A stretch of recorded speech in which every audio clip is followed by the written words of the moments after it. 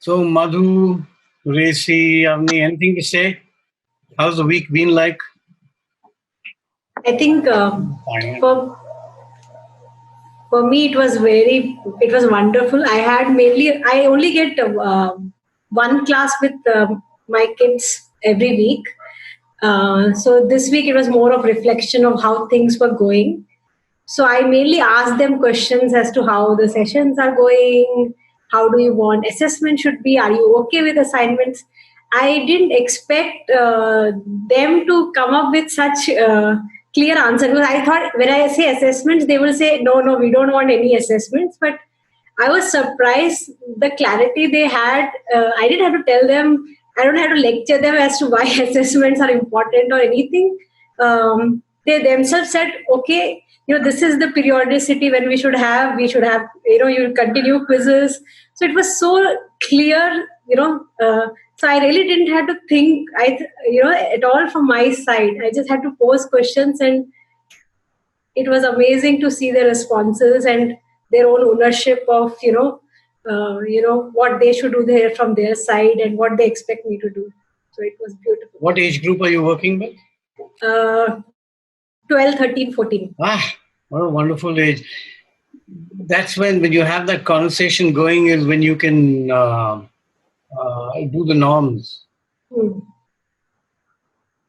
Once you slowly build them. I mean, it doesn't happen in one day, but over time, as you do it, you build the norms, and then when something happens that doesn't work according to that, then you can go back to that conversation and say, "Hey, remember what you said?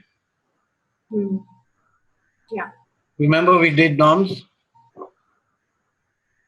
Yeah. So, anybody else? The question was, what's your week been like? Very tiring. Sleeping? No, very tiring. Sleepless nights. I've been studying for my entrance exam. Oh, you're doing law next, right? Yeah, so this Tuesday I have my entrance exam. So I've just been studying all day, all night. So very tiring.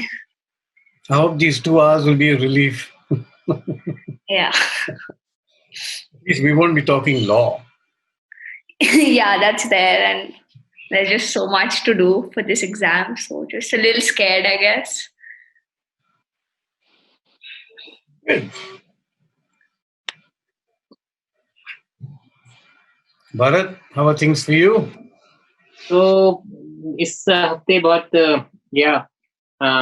मजे किए. मतलब बहुत सारे आम खाए बच्चों के साथ, कुछ खाने की चीजें बनाई इस दो दिन तो हफ्ते के अंदर. 1-2 दिन प्रोग्रामिंग किया बहुत जम के, कुछ प्रॉब्लम सॉल्व नहीं हो रही तो उसके पीछे लग गया. बाकी फिर गांव में लोगों के पास जाता हूँ तो किसी ने कहा कि मेरे पास रुक जाओ, तो उनके घर पे खाना खाया. ऐसे ही घूमा मैं. तो ये हफ्ता मतलब ऐसे निकल गया, लेकिन बहुत मजा आया. आप कहाँ रहते हो? हिमाचल में, पालमपुर. अरे वाह, nice.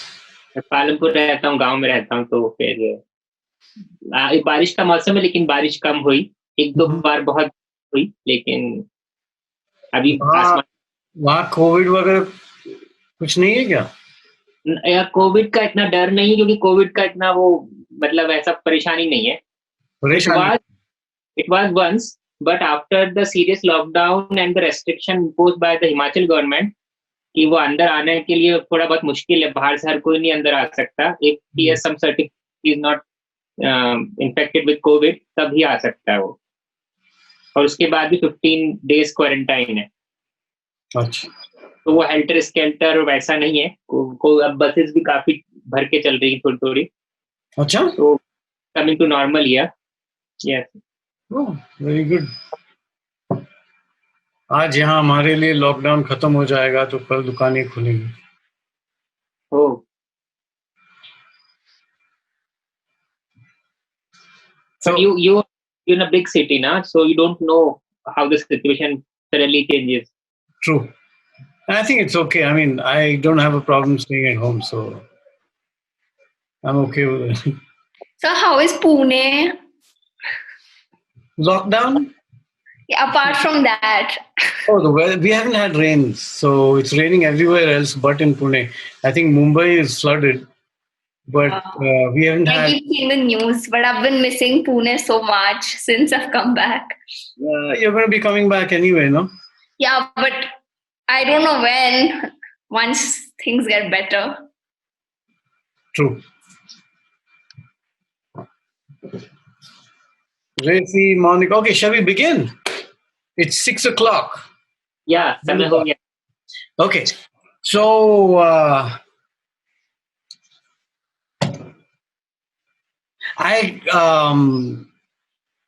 today may be a little quieter, slower than before. Oh, there's always hope. I don't know what's going to happen, but just something I wanted to. This is our first slide, right? Do you remember this? So I'm going to use this as a reflection tool today.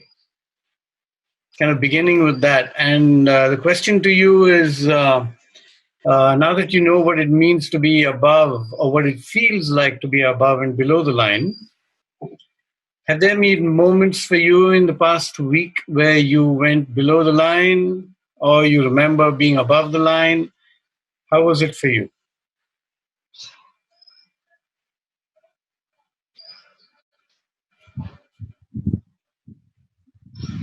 I think there are times that we tend to go below the line, but I think then there's this conscious reminder that you need to have to stay above the line. Did it happen to you? I mean, it kind of did, and then I kind of realized, okay, no, this, and then I could remember, no, I have to be more, open and create that safe environment for my team, etc. So, consciously learned that, and then, corrected myself. So. And what did you do then? As in, sorry. So, you asking the situation? Yeah, you found yourself slipping below the line. Yeah, and then I need to get above the line. Yeah.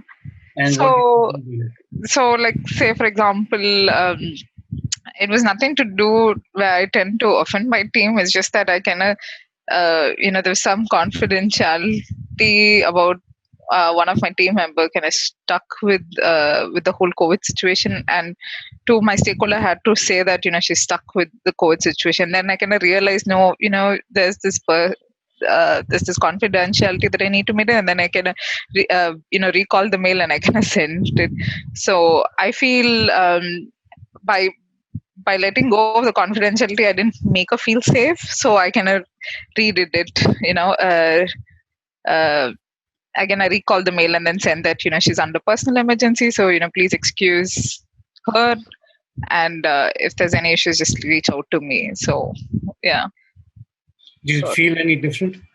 It did. I just felt I should stay more conscious of it, and I felt good that I did it. I kind of recall the mail immediately, and I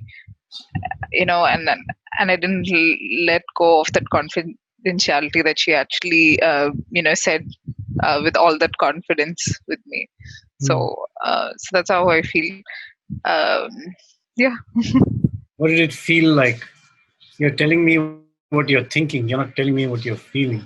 Okay. It kind of made me feel good. To be honest, it kind of made me feel compassionate towards my team, which I want to increase, and which I want to increase. So it kind of made me feel good that I'm making that conscious effort to ensure that I'm creating that safe space. So I'm happy that I'm being conscious about it. Do you know how many times you've used the word conscious? A lot. So today is going to be about that. Okay. Good then. And it's always magic when I'm sitting here and I'm saying, how am I going to conduct today's session, and how am I going to what will help me bring it there? And then for some strange reason, it seems like even through the screen, you can sense what I'm going to say. for what we're going to do today. And thank you so much for creating an awareness or consciousness about the word conscious. So we'll be doing some of that today. Thank you. Thank you. Anybody else? A couple of people more. Voices we have not heard yet so far. If you want to speak up. Yeah, I want to. You know who they are. I haven't been counting. I am. Yeah, so I am defensive most of the time. That is my nature earlier. Can you hear me? Yeah. Yeah. So I had been defensive in my past, and I don't know where it comes from, but I am. If someone says something to me, I automatically becomes defensive then and there, and it becomes my inherent responsibility to give a clarification or whatever, because I think that I'm right, and why the person is thinking that I'm wrong, and I'm the other person, right? Sorry. It's always the other person. That I used to think. Now I don't. Now I understand that, yeah, people perceive differently and they might be thinking something else, which in their mind would be correct. So, which is saving me from many things, because the place I work in, it is you work with so many people with different ideologies and social backgrounds. So it's very easy to get into conflict. And me being a defensive person, making me a closed person. Like if I become defensive, I'm closed, and the other person cannot make any arguments with me because I've already made myself closed. And I used to feel that I am right, but obviously I'm not. I am growing on that path. If I give you an incident, okay, so I was on an outdoor leadership course, and because I'm from a mountaineering field, for me, knowing ropes was like, it's my forte, that I know ropes, I know how to tie them, I know how to make knots. So with me, there was another person who was not from ropes, and he was trying to do something different. And I was like, no, it is not like this. And he said, so there was a conflict, and I became defensive. And the situation, which was supposed to be a growth situation, for me became a close situation. And I have to move on from that. Yeah, I'm trying to move on. Thank you. Yeah, one more. Yes. Yeah. Vishwas, I rather have a question on what we discussed the other day, where you were mentioning about that, as individuals, we cannot motivate each other because we all are motivated from ourselves. And then you gave us some examples as to, so I still have that, that confusion on this understanding, because we always hear terms like people saying, let's motivate each other, we need to motivate him, or as educators we need to motivate our students or participants. So I just have that bit of confusion here. I mean, how do you correlate this concept, and how did you understand this? I want to understand this once again. When you said that we cannot motivate others, motivation is more when it comes from your own self, not from the outside. Okay. Yeah. So let's just conduct this as a dialogue. Okay. So, have you ever wanted to motivate anybody? Yeah. What did you want them to do? I mean, supposing I There's no supposing, now it's real, right?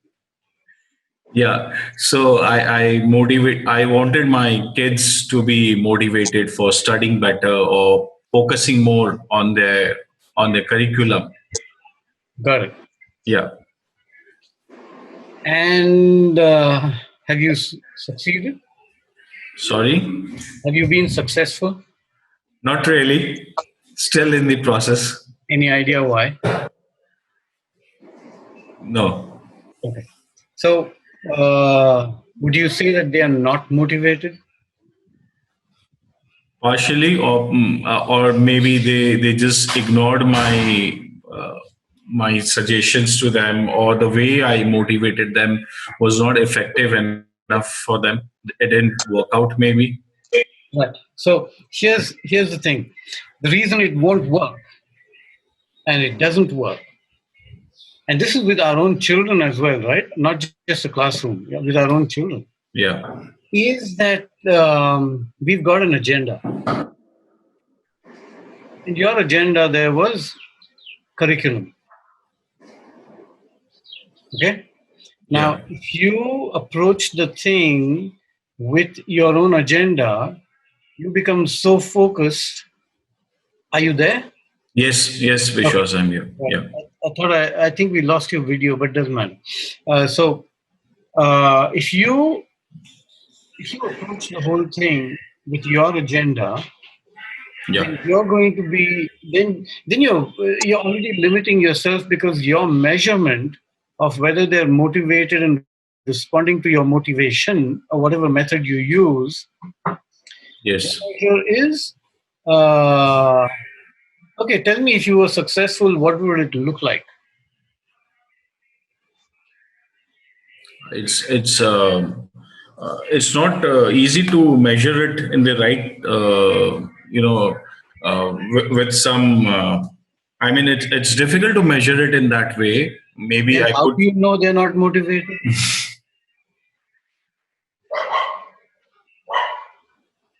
I mean, had they been motivated, they would be putting in more efforts to their studies. There you go. Yeah. That's your measurement. Yeah. Okay. How do you know they're not putting in that effort? Because they were still. I'm assuming that you don't see them after school hours.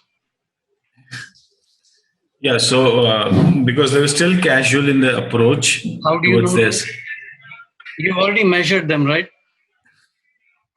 Casualness has a definition for you. Yeah. You've already done that.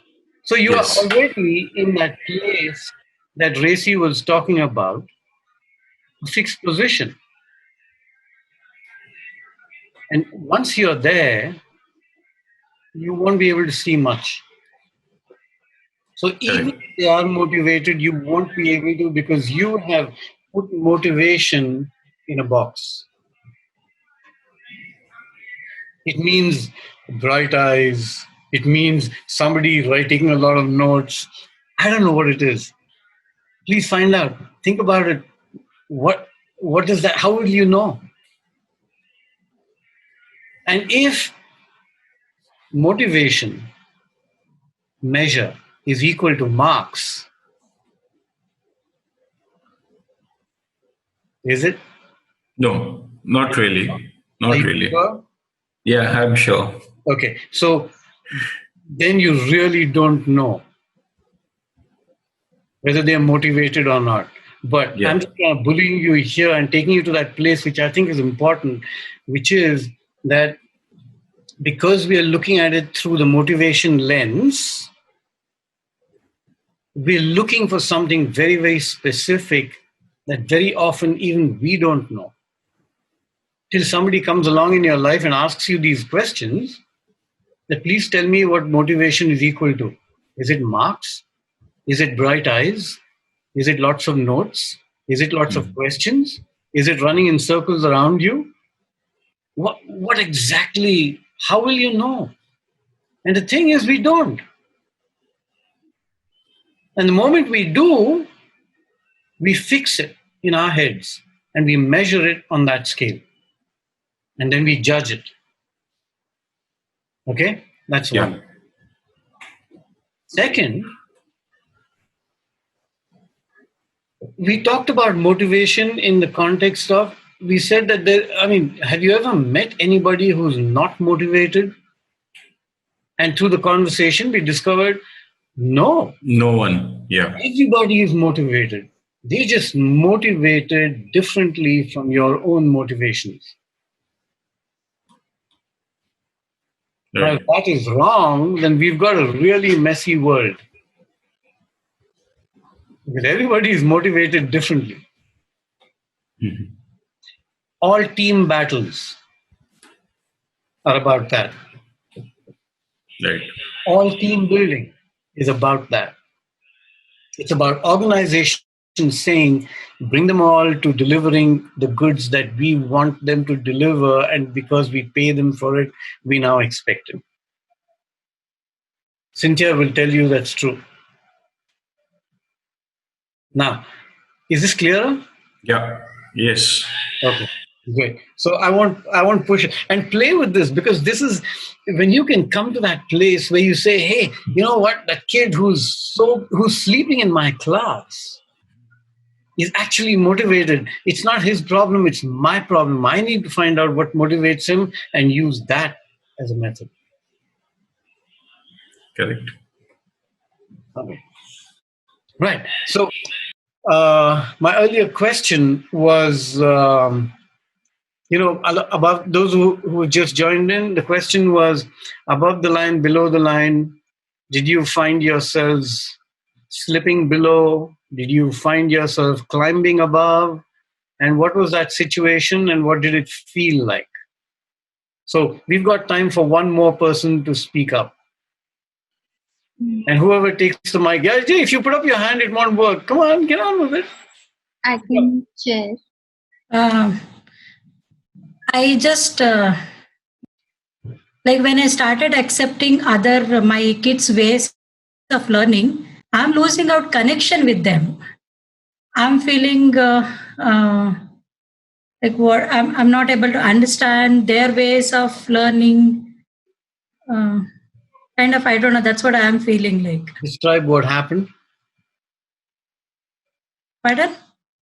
Describe. Yeah. Like my son is preparing for entrance exam for engineering actually. But he is not studying. He has his own ways of doing it. Careful. Look at what you just said. He is not studying. He has his own way. Yeah. One of them is true, or are both of them true? Both of them are studying in the sense in my way. In my way. What I define it like that. Yeah. Okay, go on. So I'm just trying to have a conversation with him and trying to understand how his ways of preparation and how is he planning actually. But somewhere I feel like I don't know what is he doing. Like connection is missing out, and my younger one. Wait. Careful where you take this. I hear you saying, I don't understand his method. Yeah. The reason is because it doesn't fall in line with what I know and understand about what study means. Yeah, it's not falling in my definition. Good. So how is that losing connection?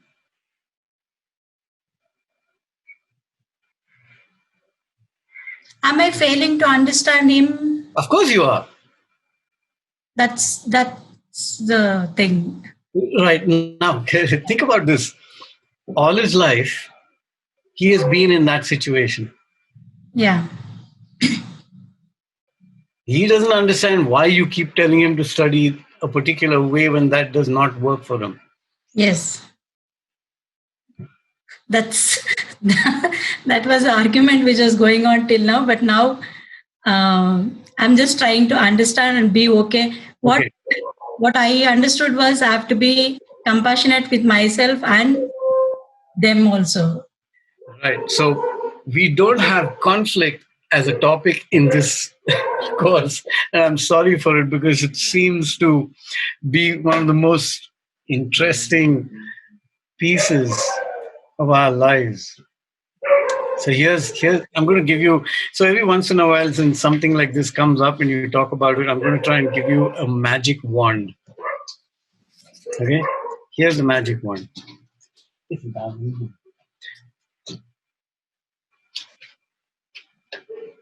When you're having that conversation, when you don't understand, and you recognize that moment when you don't understand, stop. And that's what we're going to be talking about today. Cynthia used the word consciousness. How do we bring that consciousness alive is what we are going to be talking about today. And the moment you come to that place, the magic wand is this: stop and look at him and ask him a question. So let's say he says, Ma, my method of studying is not studying. Yes. Right? Yes. The magic wand. And do you understand that? No, right? No. But would you say it's true for him? It is. Great. Now, here's what you say. Wow, really? Okay. And then open it out for a conversation. Yeah. So, wow, really? Tell me more about how not studying is studying. The only way to get out of that place of feeling disconnection is exploration. Because unless you explore, you will not discover. Unless you discover, you will not be able to see with new eyes. What you are seeing right now is your old landscape. Yes. Remember last time's session? Discovery is the act of not of changing landscapes, but seeing with new eyes. And you may understand, and you may not. But the issue is not that. The issue is that something will change in the connection you have with him. Okay. Make sense? Really does. Have fun with it. Okay. Shall we move on? Yeah. Great. So just remember to use this above the line, below the line thing when you are, almost on a daily basis, you can do something like this. Because every conversation, okay, here's another thing I want to make a statement, and you tell me whether it's true for you or not. Most conversations end within 30 seconds. And the reason is that somebody got stuck with their point of view.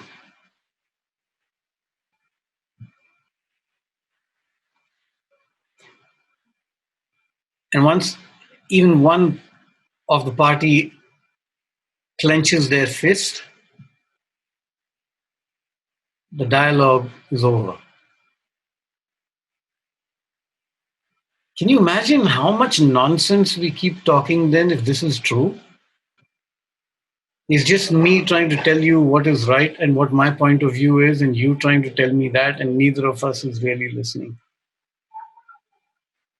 And the thing is, how do we?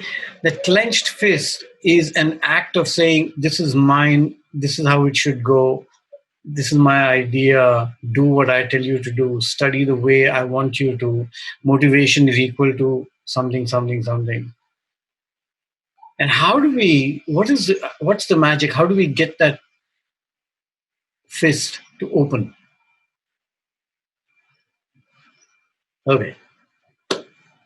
So today is about how we can journey to that place of consciousness. Remember this? Right. So we've spoken about the no control area. We've talked about how people learn the way they feel. If they're feeling good, they're more than likely to learn. If they feel threatened or measured or afraid, then if that's what they're sensing, then something's going to happen inside them because emotions are the gateway to learning. So therefore, we really have control over only the outside, the outer world, which is the space that learning is happening in. And that space is not just physical, but it's also the space that you and me as educators create for the audience. And the things that we do, whether it's classroom teaching or it's an outdoor education program, you're in the mountains, whatever that might be. The things that you do and the environment that we create for them. So the facilitator, the educator, or the parent becomes a really critical piece. And you can't change this unless some of this changes. You can see the mouse moving, right? Okay, great. So that's where we are with this. So let's go a little more into this person. This is you and me. This is about us. This is what we can do to affect that outer world, to enable it to be received in a way that is not fight or flight, but is safe for the learner. Okay? Great. You can stop me anytime you want if you need clarification, okay? So this is us. And if you notice in our lives as educators, leaders, parents, all our conversations with people is around the agenda, is about the task. It's about getting something done. And we're so focused on that we forget that there are other elements that really play themselves out in that whole conversation. Do you see this? Okay. Therefore, the process that we need to use probably needs to change. And that process is an act of three things: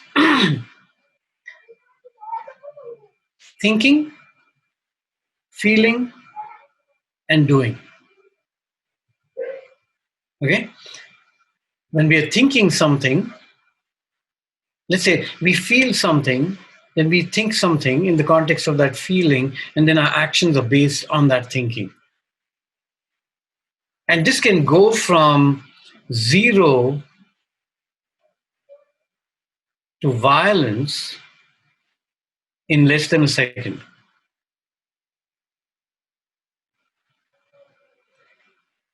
It's really fast. And I'm guessing you felt it.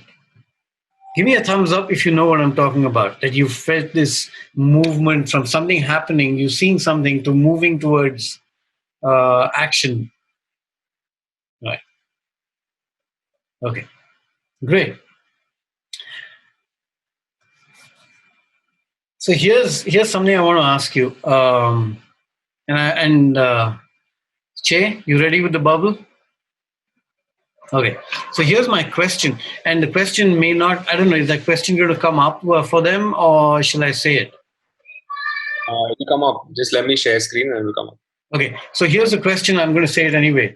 When you go out to meet your class or your audience, and it could be your children, what are you thinking about?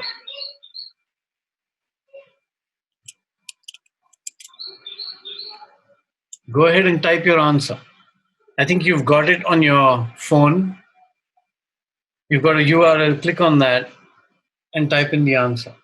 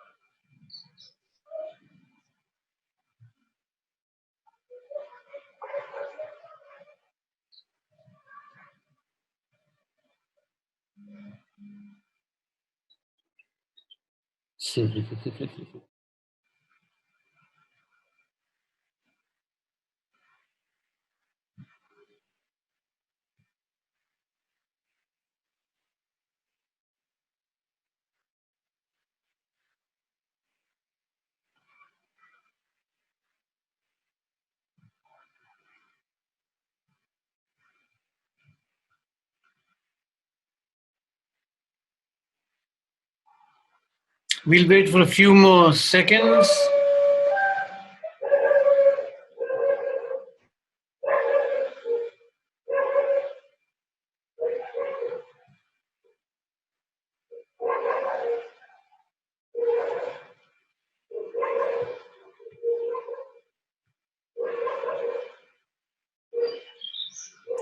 Okay. Che, can we get back?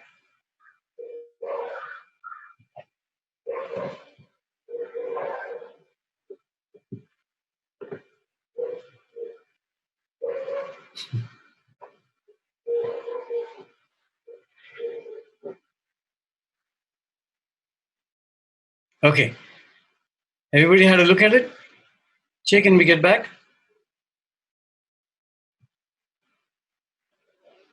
You'll have to share screen again, yeah? Vishwas? Yeah.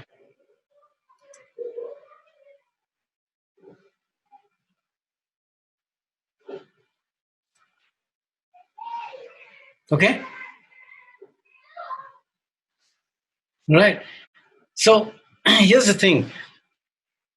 All of us had an agenda, whatever it might have been.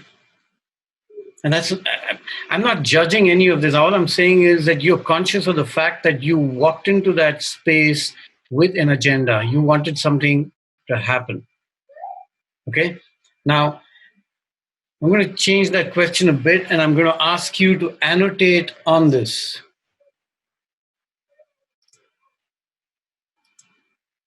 Okay. Annotate on this. How would you describe yourself today? And you can use words, you can use a sentence. What are you made of that encounters every new day? Who's that person who meets the world? What are you made of?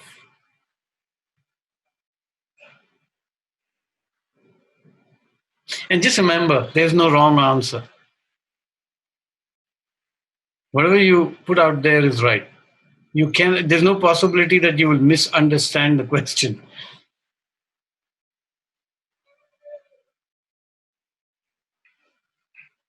And if you have a question, you can ask.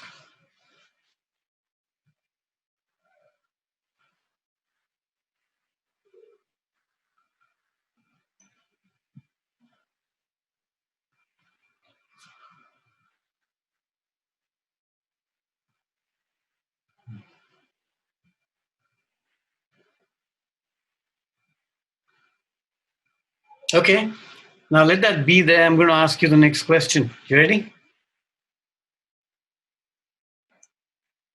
How do you want to be seen by the world?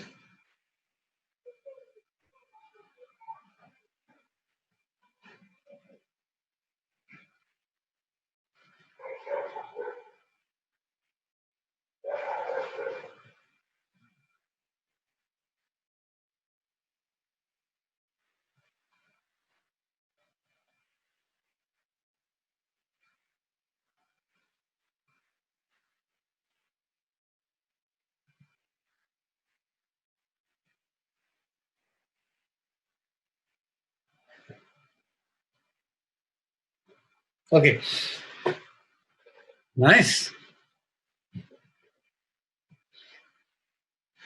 So here's,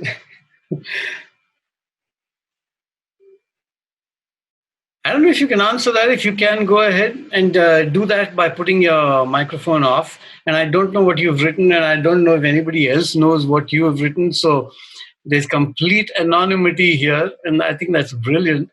And here's my question. Why?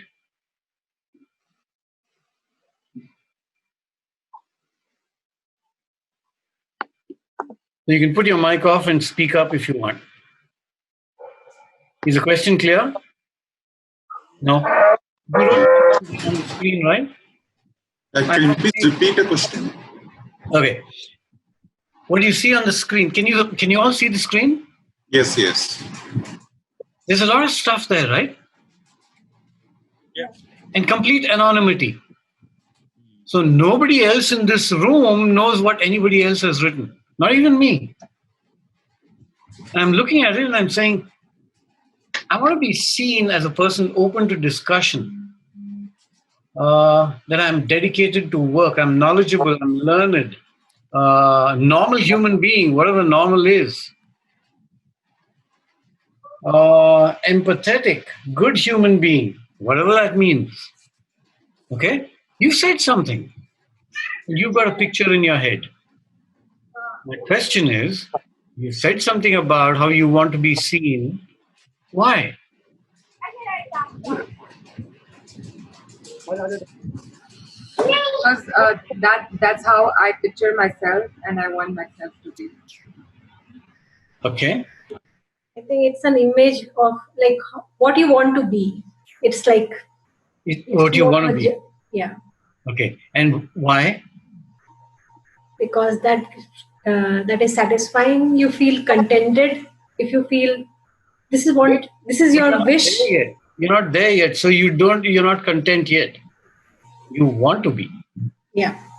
So you're not content yet. Yeah. Right? Yes. Why do you want to be seen that way?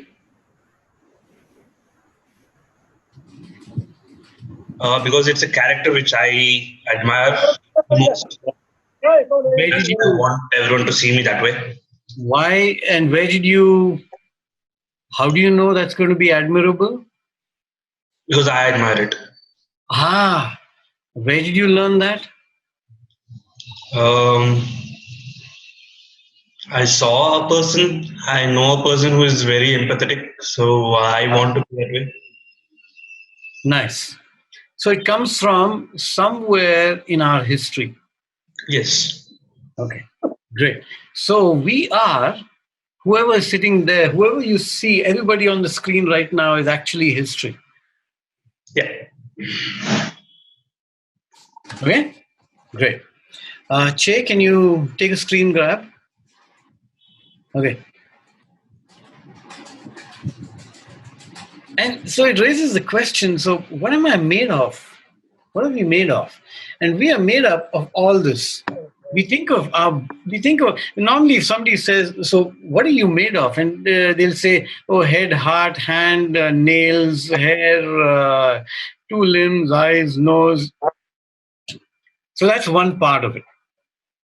And then there's the other more interesting, complex part of it, which is that I'm a product of my upbringing.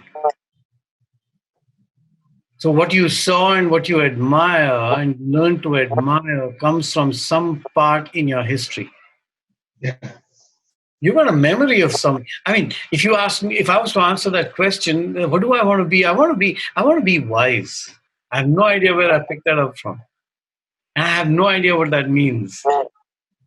But the interesting piece is that I have felt that way in, little moments. I said, wow, that was an immensely wise thing to say. Oh, that was the wisest way I could have responded to somebody when they said something. I don't know what it is, man. But this wisdom thing is something I've been trying to play around with and figure out, okay, what does that mean? Childhood, education, training, this is all what we are. Yes? Vishwas, you can also include aspirations to become somebody better from what we have learned in books or seen. That is the future, but the moment you can connect it to something you've seen or heard or felt, it goes into the past, and that's part of this piece. Yes, aspirations as well. Aspiring to be something in the future, but it comes from an idea of it from the past. Yeah. Do you think nature has a role to play? Nature and predispositions? Like nature as in nature versus nurture. The nature of the person or the environment?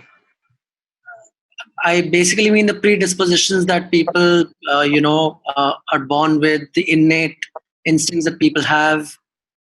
Also. You mean genes? Also. Yeah. One of the most irritating words for me is this thing called swabhav.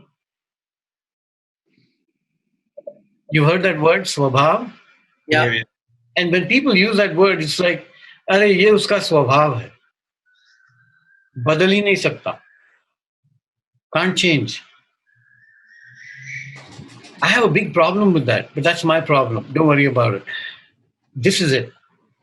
But the moment you say pre-disposition, you've already said it's past. Okay. Which was just one point.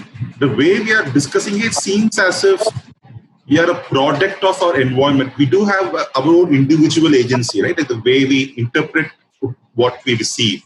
Sure, but that interpretation is often lost in the noise of the past because we're seeing it with old eyes. Sure. Yeah, great. Now, the word that's often used to describe this is conditioning.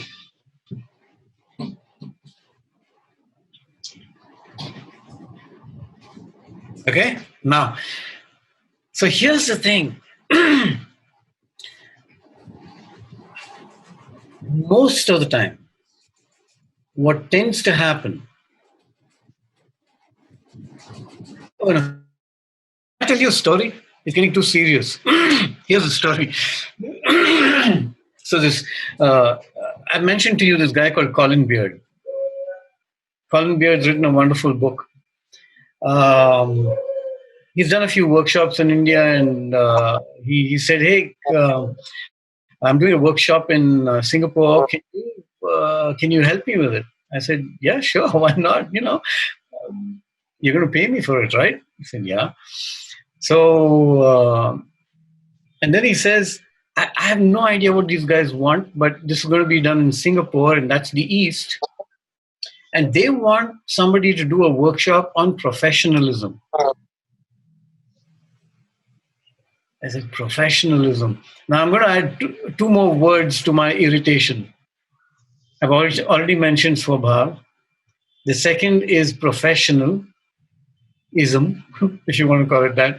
And the third is maturity. I have no idea what any of these words mean. Yeah, I can see that.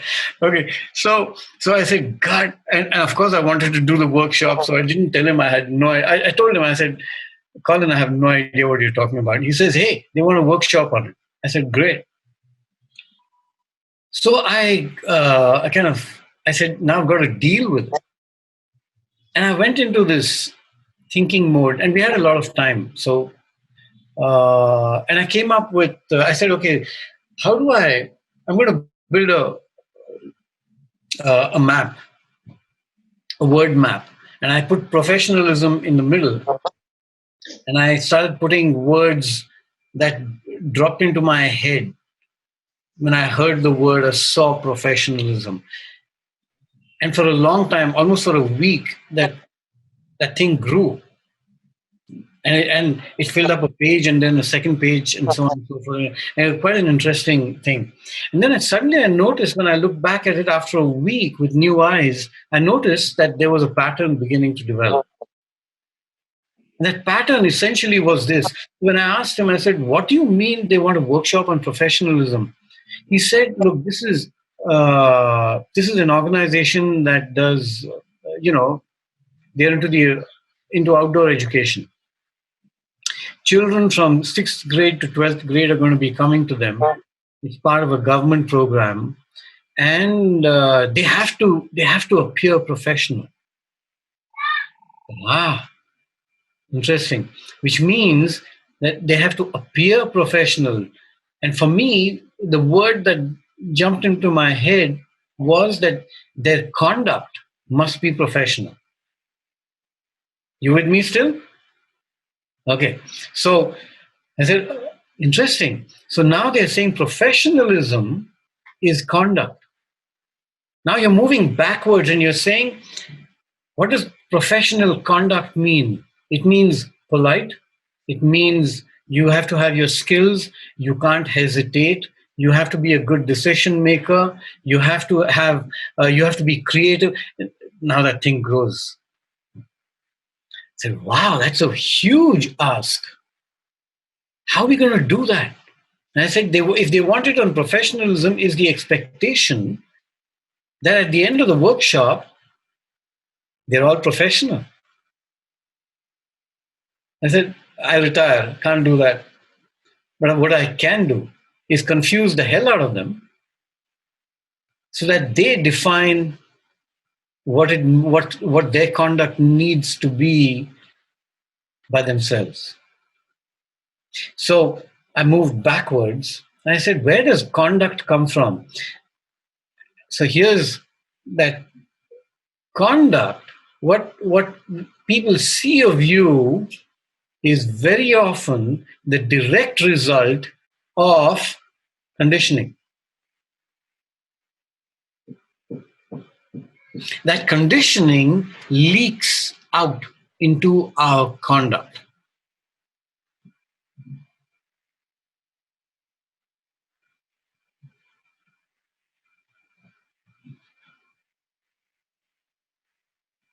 Are you with me still?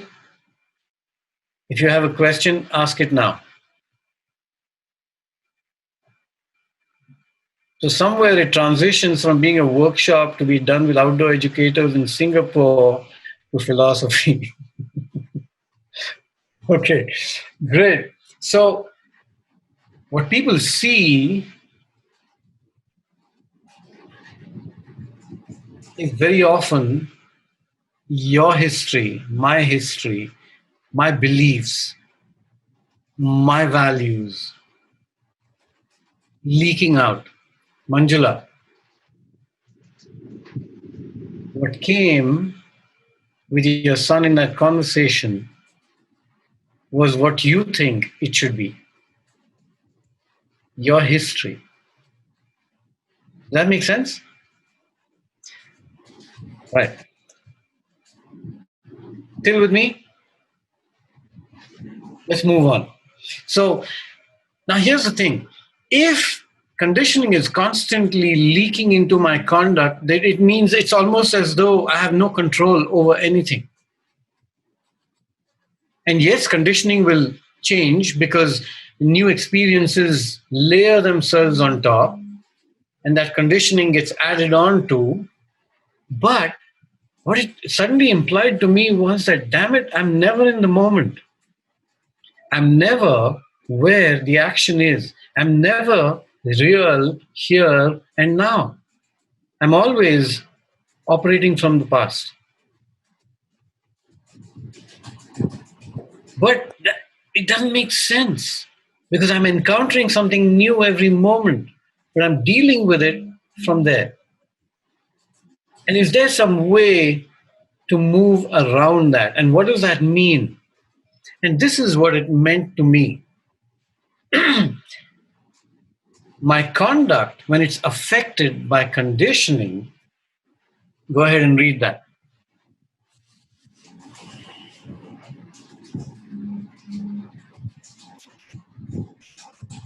So an example is some child in the classroom does something that you don't like, and you blow a fuse. You get angry. You scream, shout. Cynthia, your first response was from your conditioning till you slowed it down and I became conscious of what I was doing. You see, you used that word about 7 times. Right?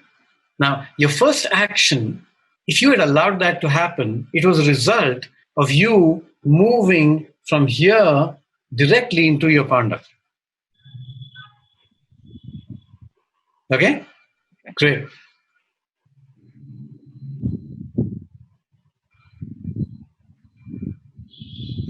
We're not thinking. We're just reacting to that moment. A classic example I like to use is when I walked into a classroom for the first time, 8th grade biology. Did I tell you about that switch on, switch off thing? No? When I walked through that door, whatever it's called, that frame, it was as though I had put a switch on and I became a different person. Raise your hand if you know what I'm talking about. And this could be a meeting room, it could be home, it could be office, it could be anywhere, right? It's like a switch on came on. And I said, what the hell is this? Why am I doing this? And I was being whom I believed a teacher needed to be because I had this picture of one of my teachers in my head when I walked in through that door and I said, I must be like her. Till I questioned myself and I said, I didn't even like the way she did things. Why am I? So we teach the way we were taught, we lead the way we were led, and we parent with the solutions that we were parented by. This is really important. And suddenly it hit me. I said, damn it, that means I'm not there in that picture at all. It's just the ideas that I built about myself through something in the past that I'm projecting into the future. I'm never in that moment.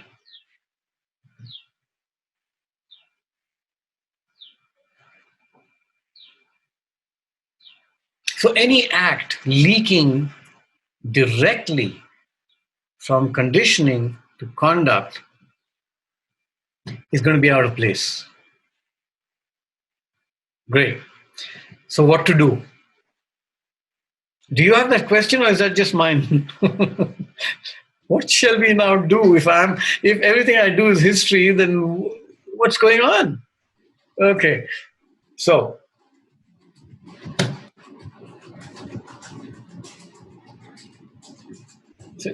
we need to go in. Now, what does that going in mean? There's this membrane, the consciousness membrane. Let's call it the consciousness membrane. The purple is the consciousness membrane. I'm just going to go back so you get that visual into your head. Those of you who are visual learners, that's my consciousness. I'm going to go in to that consciousness. And the only thing that's going to change anything in that moment is if I can slow down that whole process.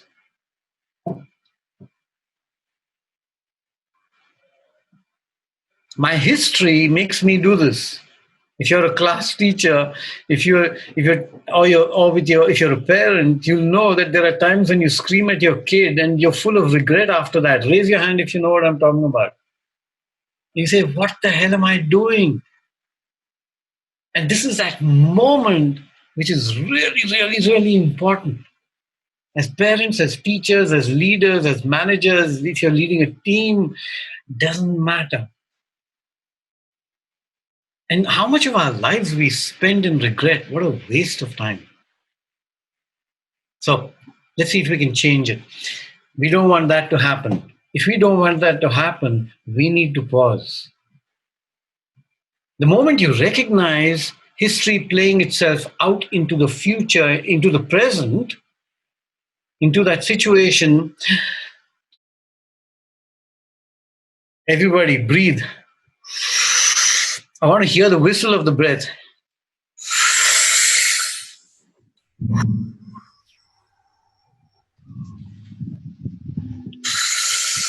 Expand.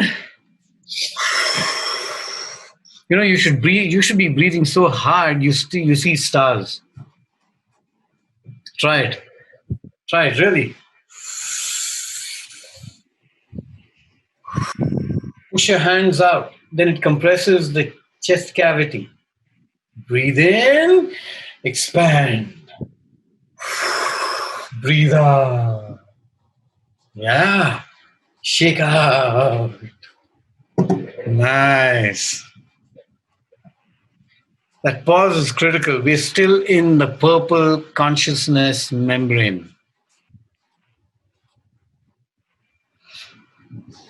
Think about where we are. Whom are we talking to? What's the setting? What's the environment? What's the context? Who is this person? What do I know about that person? What do I know about myself? Everything will come alive in that moment, in that pause.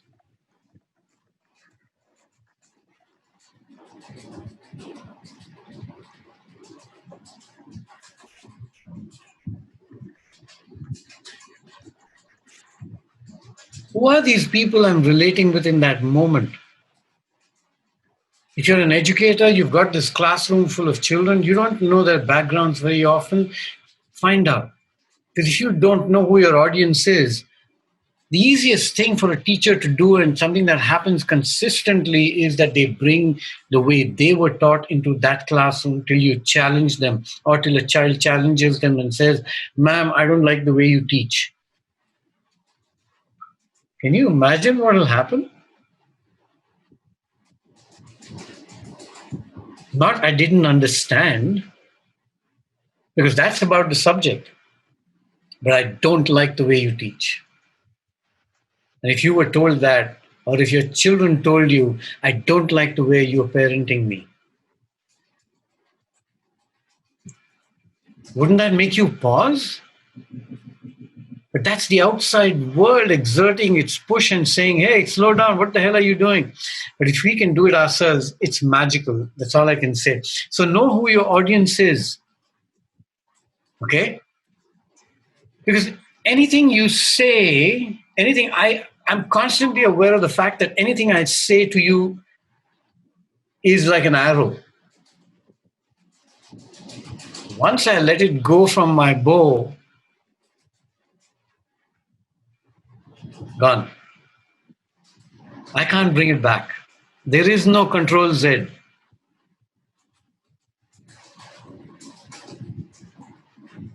And when I was thinking of this, remember, we're still in the consciousness purple mode.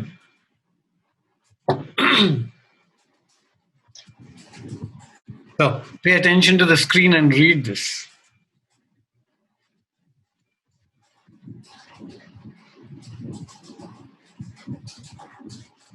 Any of you encountered this before? Yeah. Raise your hand if you have. Okay. Yeah. So read it again, because this has context to what we're trying to do today. You young parents out there. Shweta?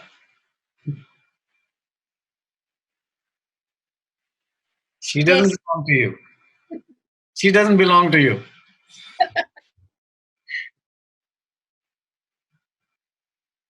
She certainly has her own faults. Question is, am I listening as a parent? That's true, yes.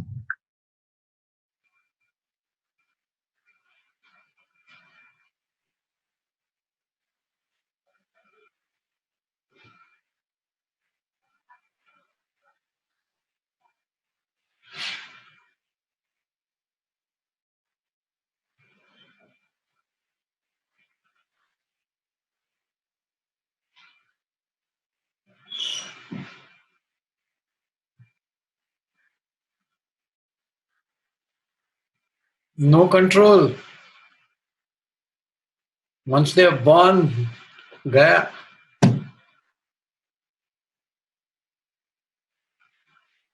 7 साल बाद समझ आ रहा है.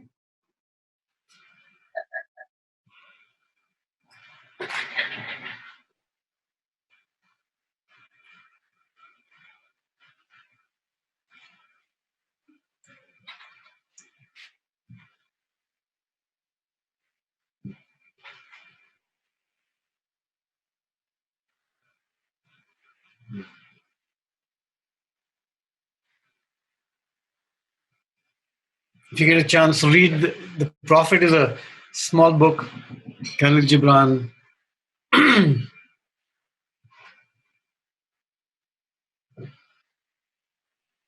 Okay? This is the law.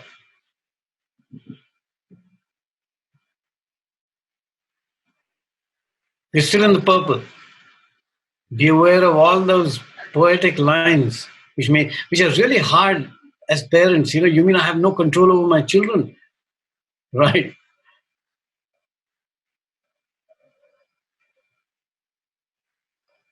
The only thing that's true is the present.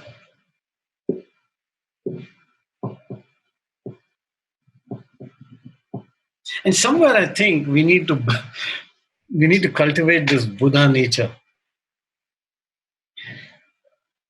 a certain calmness, learning to breathe, doing all that stuff.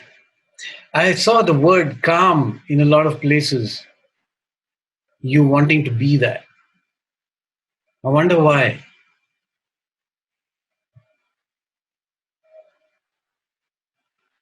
And think about who in your past was calm that you feel like you want to be that way. What it did to you.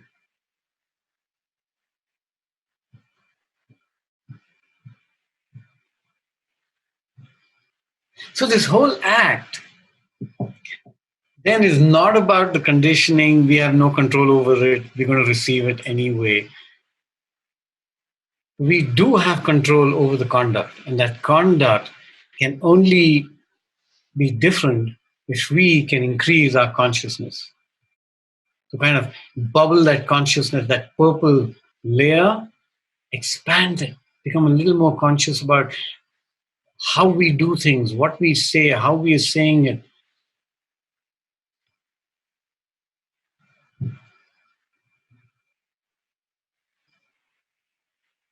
But stay in the real, the here and the now.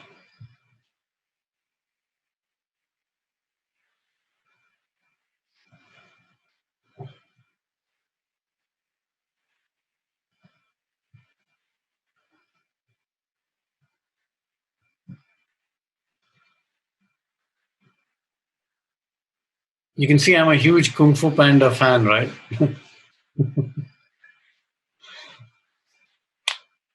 Okay, so we're going to do a little intellectual game. You ready?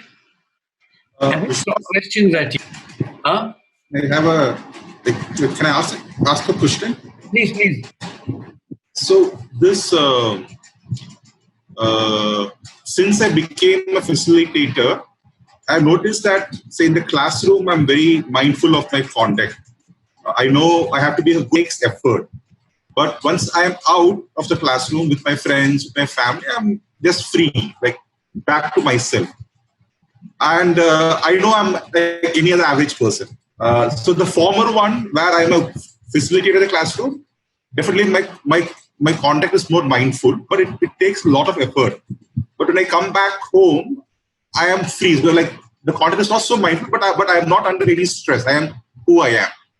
So I find that bit of a dichotomy. Like to be a better person, it requires much greater effort, I guess, everywhere. I can see you don't have a question. You found the answer. You know, little surprised then that most homes are such violent places. Sorry? Most homes are such violent places. And I don't mean boxing and hitting. I'm not talking about that. I'm saying just imagine if that mindfulness that why are you mindful in the classroom and not mindful at home? You don't have to answer it, but I'm saying that is there such a thing as your true nature? And which of them is a lie then? I don't know. Okay. So you ready? And I want you to be quick with this because the questions are going to come quickly. And if you can respond quickly without thinking too much and trying to sound nice and all that, that would be even better.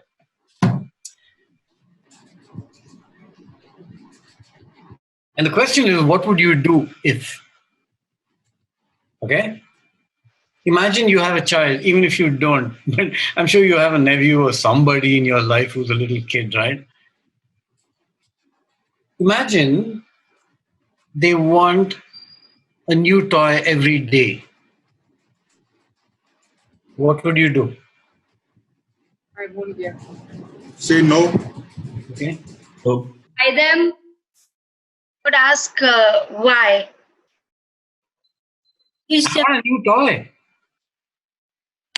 I would want to know why would they want a new toy? I'm the child. Ask. Why do you want a new toy every day? Because I like new toys. Okay. You're gonna do with so many toys every day. Sorry? What you gonna do with so many toys every day? They will the more I have, the richer I am. So having your many own toys toys. make you feel richer. Teach them to create their own toys. Learn to make your own toys every day. Are you crazy? You have the money. I mean, you go to office every day and you earn money and you come back home. You can buy me some toys. I want a new toy every day. Why do you think that the I can't buy every day? Stop.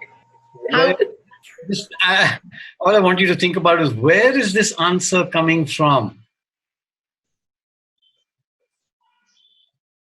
Our conditioning, because we Can you think that we don't need toys every single day. Prajakta, you know, we is a banned word, right? It's coming from my conditioning. Okay. Because I don't think that new toys are required on a daily basis. Tell me more. Why not? I think that there are different ways to entertain myself. No conjecture, no creativity, nothing. You're coming from your past and you've already got an agenda that you're driving to on me now. This why may sound like a good question at this point in time, but I'm not sure that you're hidden in the why is forget it, you're not going to get it. So let's just waste some time answering some questions. Mm-hmm. No, you don't have to answer it. Yeah. Okay. Can I? What? Because I didn't get a toy every day when I was a child. There you go. So what? Anyway. You will also not get a toy every day because I didn't get it. Therefore, the same could apply in other things as well. If I can't afford a toy every day? Yeah, I cannot buy a new toy every day. No. That is real. You're getting into reality. I'm asking you, which part of you is telling you that I should not have a toy? My past. And I never not asked before. I had never had every day. Sorry, Vaishnavi? I had not asked for it. I have not asked my parents every day, give me a new toy. You did? Yeah. And what did they say? I have not asked them. Oh, you missed all the fun, man. Yeah, I know. Okay. I'll give you as many toys as possible, as many days. Okay, great. Yeah, happy, joy. I don't know where that came from. Maybe you got a toy today, whatever. Next question. I don't know if you have a brother or not, but imagine you have one. And if you have a sister, that's fine too. Your sibling drinks alcohol every day. Every day, yeah. I feel jealous of you. It's not good for health. I don't know. It's his body, his wish. What I want you to catch is how we instantly zip back to something that may not even be part of your reality. Okay? And we've built this over years. We've cultivated it and it becomes ours. And now you have to own it. And this is where all the trouble begins. But Vishwas, for alcohol, it's a proven fact, like having alcohol on a daily basis is not good for health. Like people tend to become more dependent. It's medical fact. Jeevan, what's wrong with you? This guy, 105 years old. How do you manage to? His secret to longevity was a drink every day from the age of 20. How do you manage to? An old guy says, "Hey, I've been smoking." The guy is smoking a cigar. What's your secret to longevity? And he says, "Oh, the cigar." How do you manage to have alcohol every day? Even I'm not able to do that. Surprising. I know, isn't that great? Okay. Kabir, hold on. You're playing the new game. Don't play with the new game yet. We'll come to it. Third question. Your partner, whether you have one or not, or you've had one, have one, whatever, your partner does not bathe for days together. Sorry, can you repeat? I can repeat, yes. Your partner does not bathe for days together. It's awful. How do you manage to stay like that? Don't you feel? You should try it. You It's fantastic. I mean, I save so much water. Why are you saving pour so a much bucket of water on her myself. Stop. Do you see how you've already got an answer? And every day of our life, there are people who walk into our space and we see things and we hear things that are constantly triggering stuff from our past. And, I wonder where the hell did any of that come? I mean, have I tried not bathing for days together? If I don't know, how am I in a position to say that something is good or bad or wrong?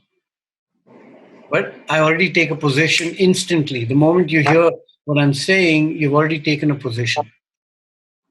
And what I'm asking you to do now is to pause. So try this time.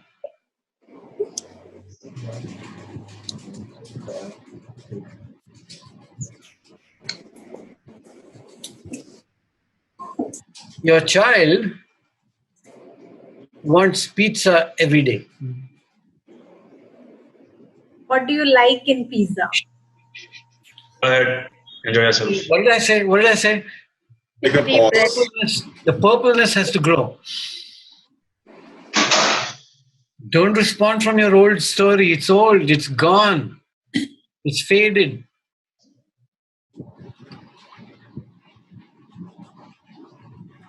And don't try and change anything for me.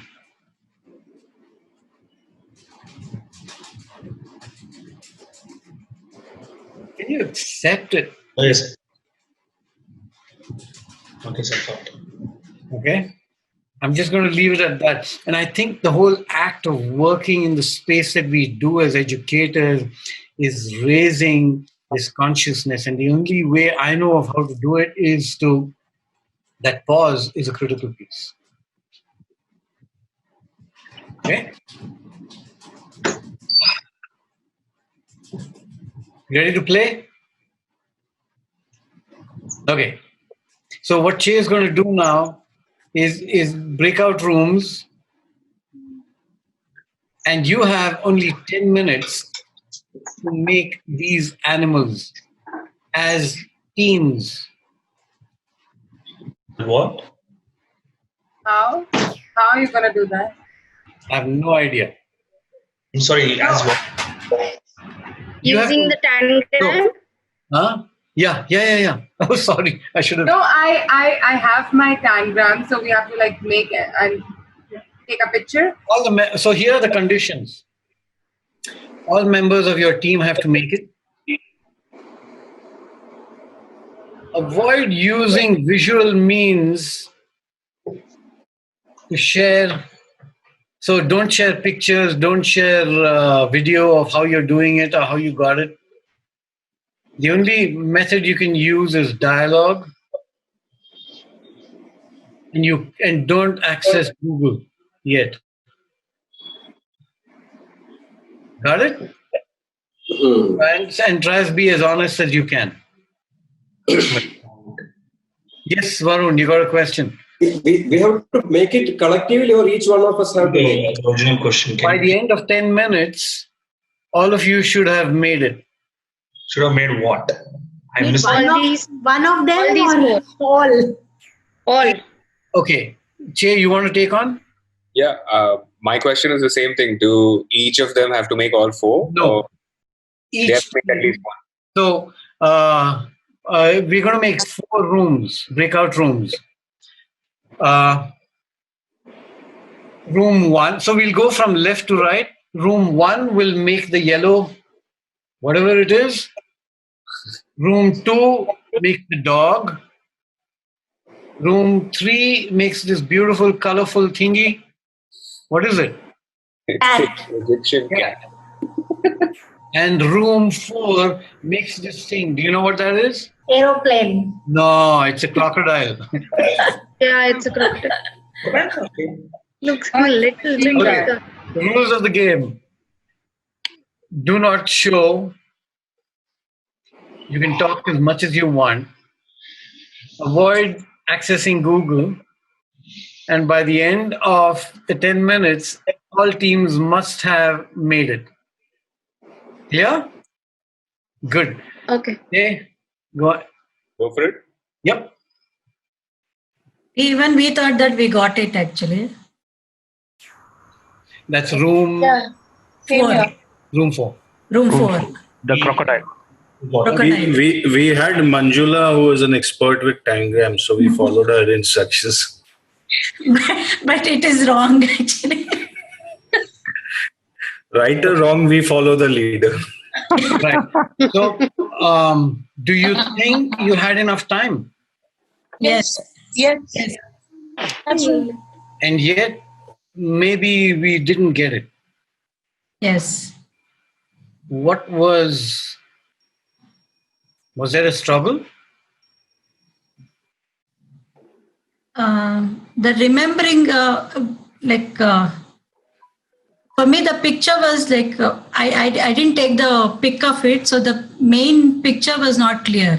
So otherwise, there was no struggle.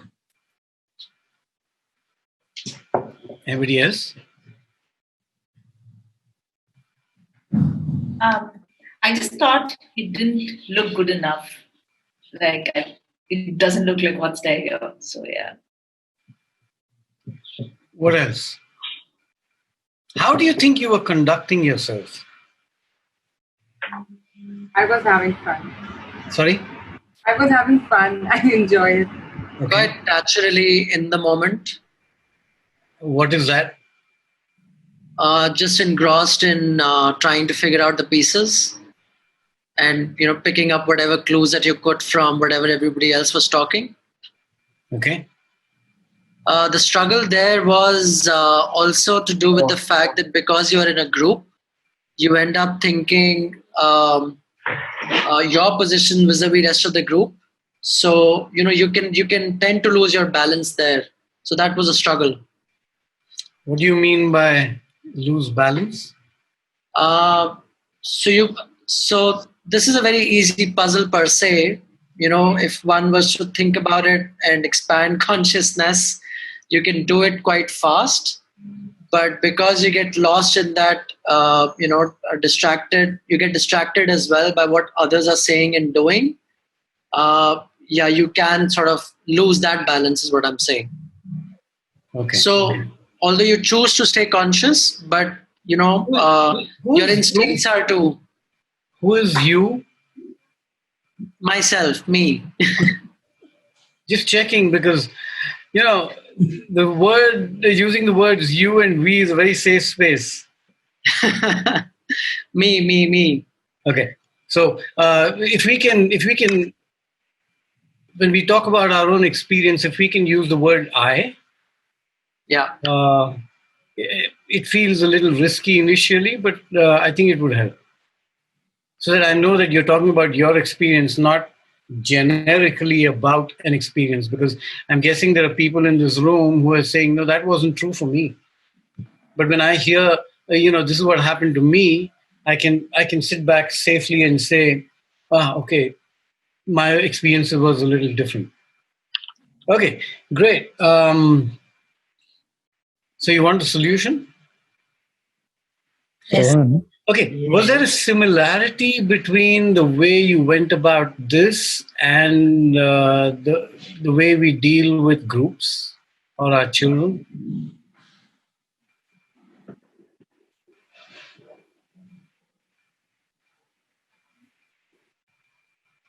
It's not a trick question.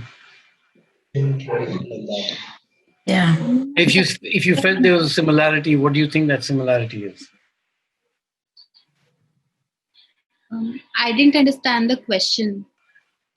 Was there a similarity between the way you dealt with each other in the last 10 minutes and the way we conduct ourselves with either a classroom or whatever your environment might be? Yeah, similarity is that, for me, I know it better. That was a similarity. And I can explain it. Okay. That was coming out in my conduct. Thank you for making it your experience. Now I get it. My similarity was I confirm at the end. Like, did I and did the other get the same picture, or was it something else? So I had to re-say the whole thing to make sure that. So I confirm that I do with classes as well. Okay. So I confirm my things. So yeah. So Vishwas, for me, initially it was, not maybe not even looking at what others were doing or not even interacting for a minute, I think, and then kind of being so engrossed in what I knew or what I was coming from, and then I saw the struggle. And then I'm like, I didn't even see the image properly. What were we doing? And so that hassling came, and then I realized at some point I have to give up this me and my thing that I know, and actually follow someone and who says I can. And at that moment, when that let going happened, I felt a lot of calm and peace coming, even though maybe I didn't manage to do the overall thing, but I saw a lot of something happening, within our whole group. For me, of course, and I saw that same thing happening for the other people also. That's what I saw. And I saw it for myself and for the others. A greater sense of being together in the collective, and yet individually also being very settled. So that settling came. That was, yeah. Monica? I feel one similarity. As we enter the room, we've been asked if anyone took a picture of the things, and I was not too clear if we actually can look at the picture. I really follow the rules. And I have also the same problem with participants that sometimes I cannot let it go. So I think I just put too much intention into it. And also when my group was breaking rules, it was just making me feel uncomfortable. So this is the way I'm going to frame it. I got a sense that we were all pretty so focused on the task. And we do the same thing when we walk into a classroom or with our children, right? That task becomes the most important thing. And everything else, the way we are having the conversation, the way we could conduct ourselves, the kind of conversations we have, the things we talk about changes. And the reason you will have is, hey, you gave us only 10 minutes. You know what the truth is? Even if I gave you a lifetime, we'd probably do the same thing. Okay. Point made? Vishwas, I want to say something. For me, it was different than I conduct my group, because I found the solution, or I think I found a solution, but I wanted others to take the lead. I didn't want to, I didn't want to be the person who was telling. I was trying that anyone else can tell. I don't know, it was different for me. I didn't understand the way. Okay. So can we say that you were trying something new? Yeah, maybe. I was. Okay. Yeah. Did you have a good experience? Yeah, I feel I was not into the task. I was not competitive. The only thing I want to unlearn is being competitive and just forgetting everything. So today I was better. Okay, great. So here's the solution.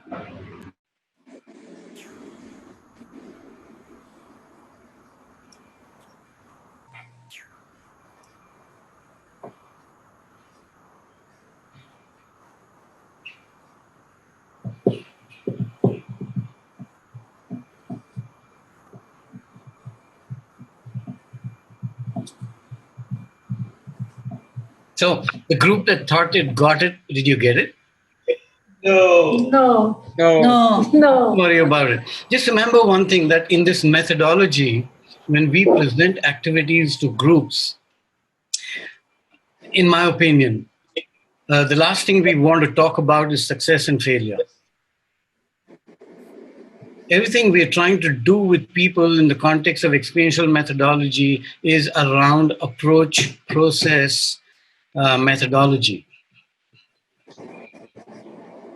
And if something worked or didn't work this time, then we can take that process back or look at an alternative process, when we go back to work or wherever it is that we want to practice some of this. Very often, a lot of people get hung up with, so you failed. I win. 23 people lose. What's the value in that? And to see if we can, as facilitators and educators, move away from that, that right answer business. Anyway, that's just a thought on the side. Okay. Did you enjoy it? Yep. Yeah. Cool. Can we move on? Yes. Do you think you need a break? I think I can. I'm going to try and see if I can. If you want a break, we can take a break. Yeah. 5 minutes break. Yeah, we'll take a 2-minute break. And then we will start. The next piece is going to be on classroom. Perfect. And environments. Take your 5 minutes break. And if anybody wants to hang in there and have a chat, I'm available. Vishwas, I wanted to say something. Yes. I think for me, this activity, I felt sometimes the task becomes the most important thing and you want your group to do. And the learning is forgotten, right? I feel that even in classroom, I think I would want everybody to be able to do it. And then I may offer help, which may not be good actually, because the intent is not to finish the task. You know what? There's a word for that. It's called rescuing. Somebody may not want to be rescued, but your urgency to get it right. Yeah. I'll tell you the answer. Yeah, I think because even today, like when I felt I could follow Prajakta, what she was telling, I was trying to see if Preeti and the Kabir got it. And I now at the end realized that actually I didn't do it right. I made a small mistake. So in the the urge to help, sometimes you don't know whether you are doing it right. Okay. Could happen in the classroom as well, right? Yeah, it can happen in the classroom. I have a question actually. Mm-hmm. We come from past and that's not we. Then what am I? And no, that is you. Okay. But that's what's operating in the present. But that again comes from the past, right? I mean. Therefore, we can't deny the fact that past exists. Okay. We cannot deny the fact that conditioning layers itself as we grow older and older. Because you had so much experience. Yeah. Cannot deny that. But I can change the way I relate with the present. Okay. And I'm the only one who has control over that. Is that by being more at present? Yes. About present moment? Yes. Okay. Whatever that means. I don't know. I know. And the thing is, I don't know. The moment I describe it, it becomes the past. Yeah. So I don't want to describe it. You will know it when it happens to you on some particular day. And it does happen to us. We're just not conscious about it. You're not aware that it has happened. So, for example, imagine walking into your classroom and being able to look at everyone with new eyes.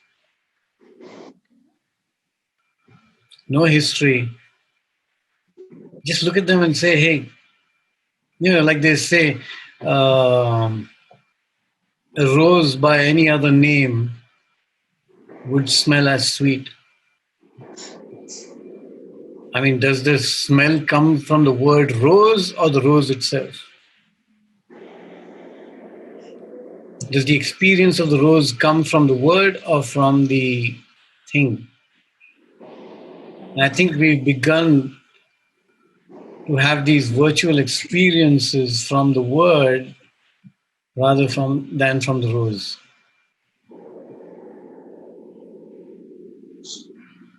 Sorry. I went off somewhere else with it.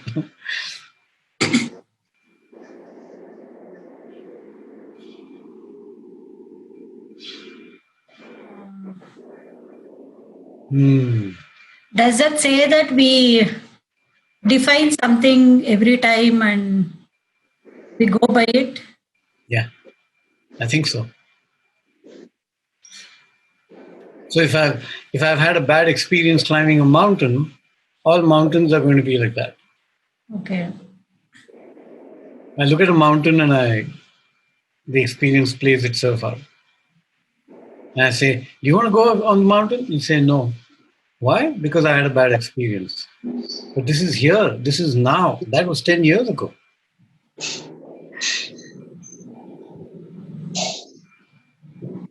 Okay.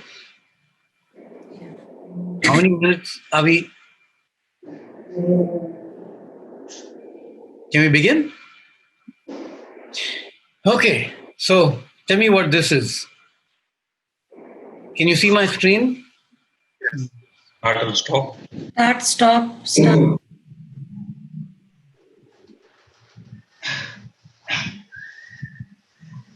What do you think this is? Keep trying. A pattern? Mind. Go on. It's the way our heart beats. Our thought? No, our heart beating. Start like tick tick. Heart. I don't think it stops. It doesn't stop, but I'm saying a bit like. It could be, I can think of stop as pause also. That something started, I pause and then start again. Stop. Yeah, stop for me then can be even start also.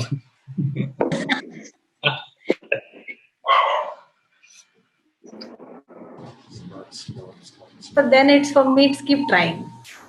You try something, it didn't work, you try again, you try. For me, it's my mind. It is stopping when I'm sleeping or maybe and I'm just starting.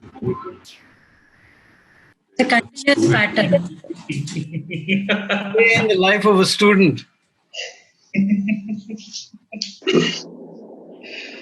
Oh God. 7 o'clock, English. 8 o'clock or 7:40, PT. 8:20, math. 8:50, you know what I'm talking about, right? Timetable.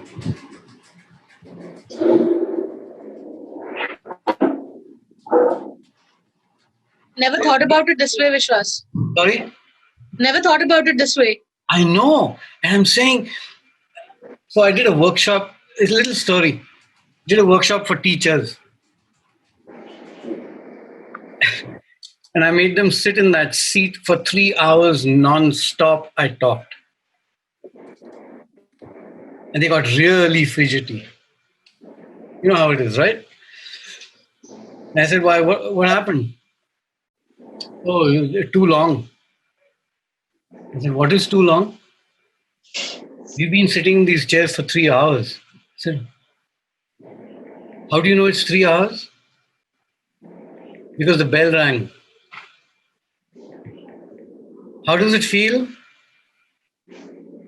Oh, bored, tired, sleepy. And you can have more words. I said, what would you like to do? Can we take a bio break? Yeah, sure. So the toilet is locked. Here's the key. Only one person can go out at a time. How dare you? I said, why? What happened? He said, why only one person? I said, because that's what you do to your children. Give me the logic of sending only. So here I was in my bullying mode. And some things are hard to see, and sometimes it has to be shown in the hardest ways. And I said, this is what children feel on a daily basis, 5 days a week.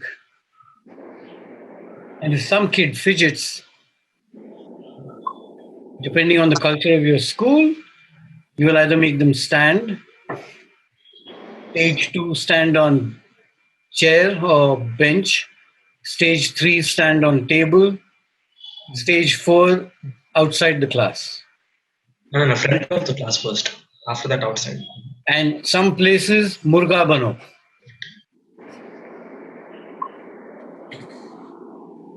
Give me one good reason why you should not do that. And this is the classroom.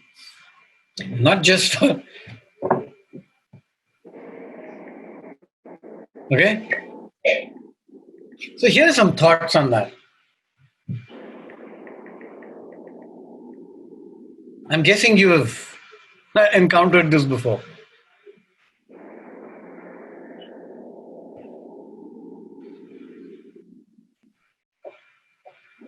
I'm not going to dive deep into this because I'm guessing you know what we're talking about. And if you don't, then please stop and ask.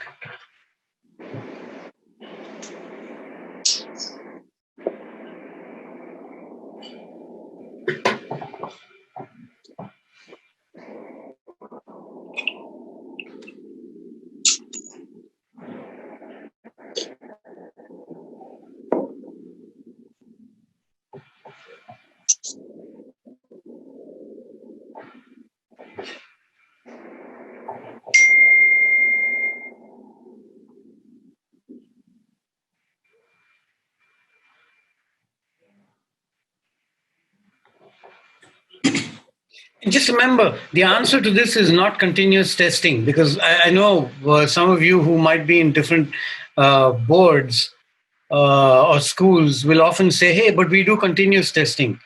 And what does that mean? It still start-stop. It's just you're varying your time.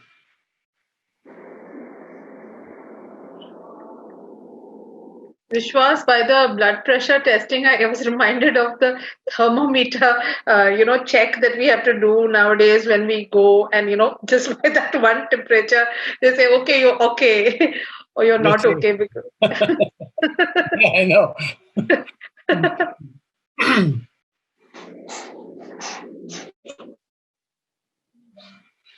So I'm giving this to you as your homework.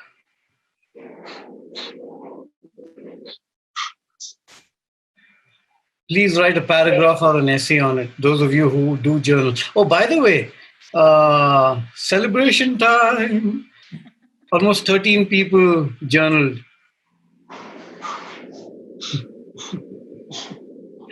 Some of you struggle, I can see that, but thank you for struggling. I mean, you want people to reflect, then you better learn what that means, because it's like that same teacher scenario. I make them sit for 3 hours, then they get a hang of, okay, what it's like for the child. But if you want to get answers on your reflective sessions with your children, you have to know what a reflection session feels like. Okay? Did you get that?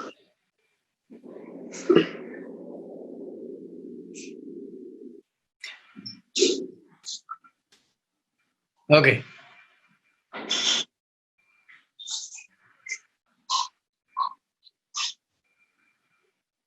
Thumbs up if you feel this is true. No. Not at all. Not at all. What kind of educators are you, man? Nope. So, like, for example, some arithmetic and language skills will always help students as they go along. Really? All, for sure. Can I tell you a story? So,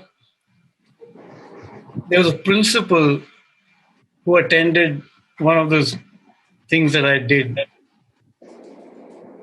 And he was telling me a story. It was very interesting. Okay, I'm going to change my story. This is a corporate training program. This guy was about 40 by the time I met him. I was doing a leadership program with them.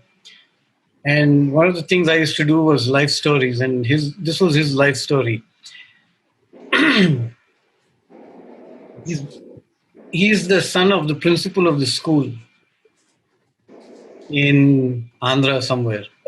I think it was Vizag.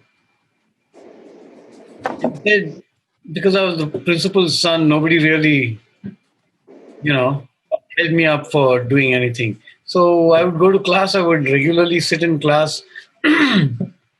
I failed in all my tests, and it was okay. He said in the 7th grade, by the time I reached 7th grade, I couldn't read. He couldn't read, 7th grade. One day, he's walking home, and on the walls is a poster. You know how in the old days they used to put these posters of cinemas? There's this huge, and in Andhra and in the South generally, they do things life size, right? Huge poster of his favorite actor on the wall. And he couldn't read what the name of the movie was. And he was apparently, this is the story as he told it to me, okay? And he was extremely disturbed. In 3 months, he caught up with the class. And the question is, how the hell did he do that? He was listening, he was absorbing, he was being measured by the normal ways.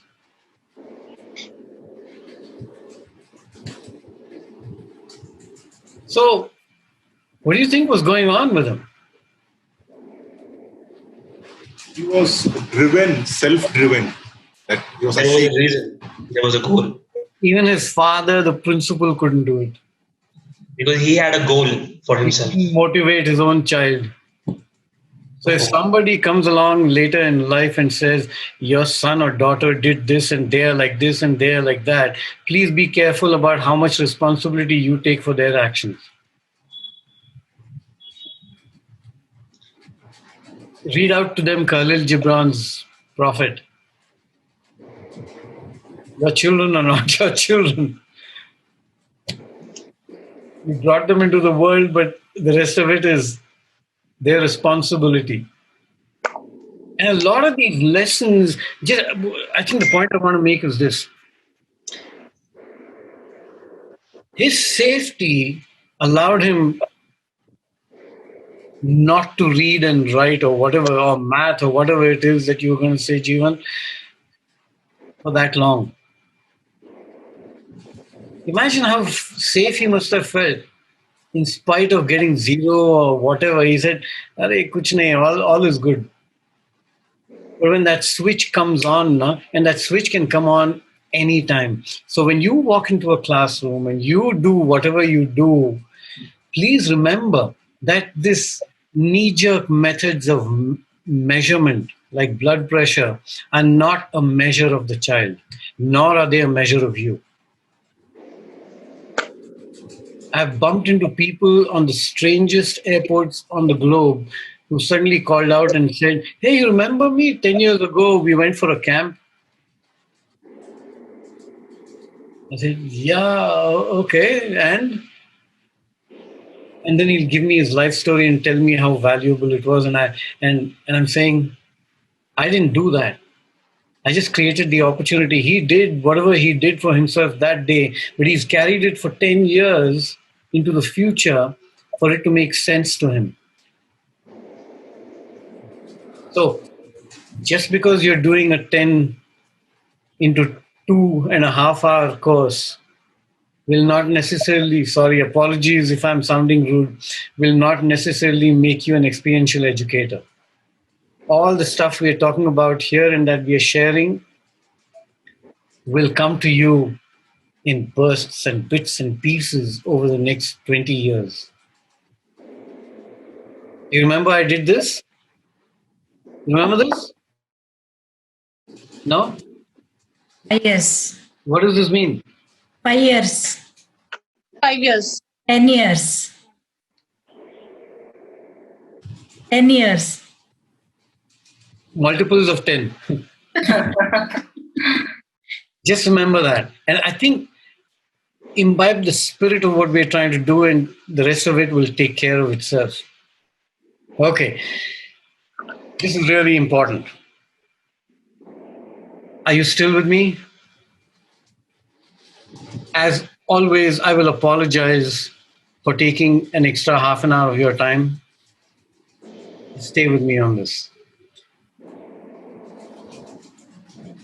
Some of it is text, some of it we're going to discuss.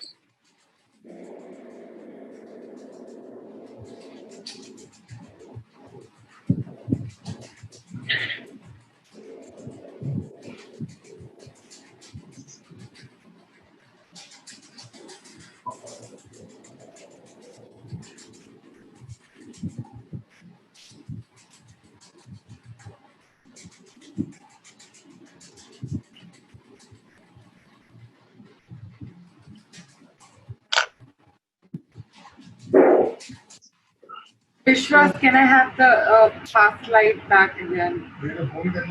But it was intentional. It's like, don't copy it. I'm going to give it to you anyway. Just read it and let it go for now. But if you, I know some of you are compulsive writers.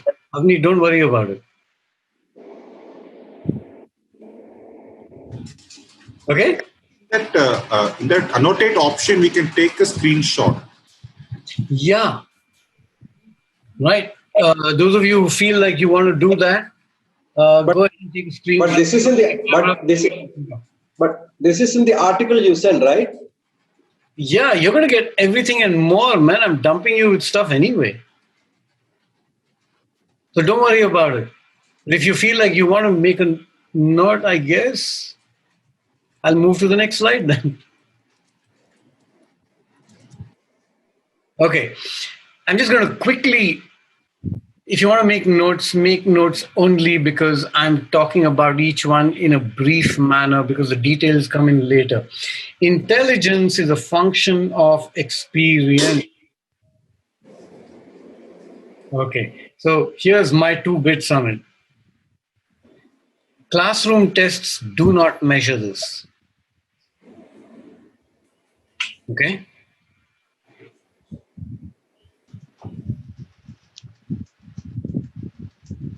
Learning is an inseparable partnership between brain and body. We've talked about it before. How I feel is how I will learn.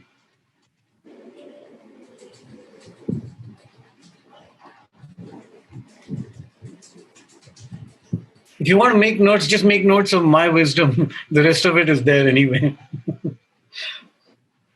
There are multiple ways of solving problems, and the key to this is exploration.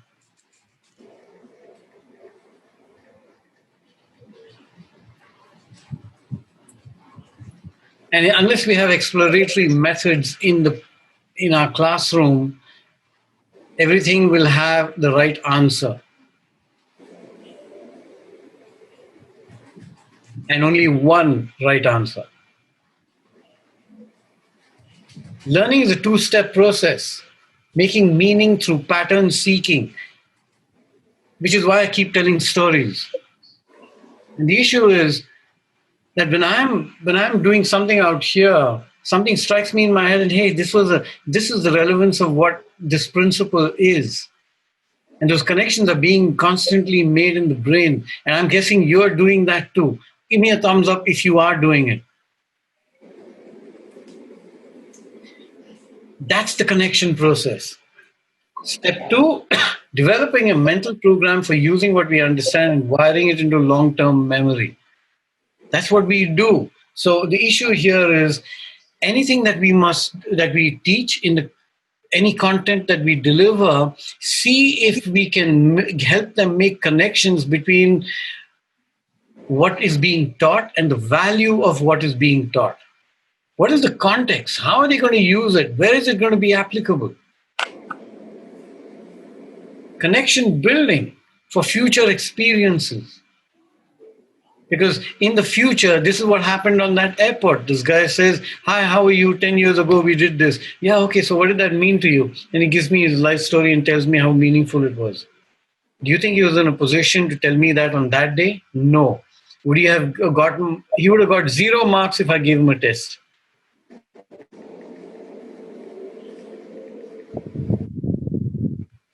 Personality impacts learning and performance. Personality is built and grows from having experiences. Which was one clarity I have, one question. Yeah. Learning is also being, like, I'm not talking about test here, but having clarity on some basic concepts, right? Like that concept might not make sense to us, but we must at least know, for example, what is experiential learning after 10 weeks of course. So there is an element of a conceptual understanding involved in any learning. Sure. But it'll be yours. Not mine. Not what I put on the screen. What I'm sharing with you on this course is my experience of it. I use other people's work, yes. But the interpretations are mine. Otherwise, I'd just say, hey, okay, let's do a 10-week course. Every week for 2 hours, we sit together on Zoom and you read and I will read. Right? So, as an educator, our job is to build those interpretations into what we do. Where have you, as an educator, found calculus relevant? Where have you found biology relevant? Unless we tell those stories, and the stories are personal, they're ours. It just becomes another abstract concept. Okay? Great. Here's a question for you. That's the child or your student. If you're in corporate, your team member, whoever, whatever your context is. Okay? How are we doing this, Che? Are we doing annotation? Okay. I want you to annotate. What threats, in your opinion, exist for that person? Yeah, we are annotating, Vishwas. Could you explain again? Threat? Threat. What are the threats? If you're a teacher, what in your opinion are the threats that you think your children are subject to? We need to move to the dome slide. And the annotation needs to be outside the dome, yeah? Yeah, outside the arch, okay?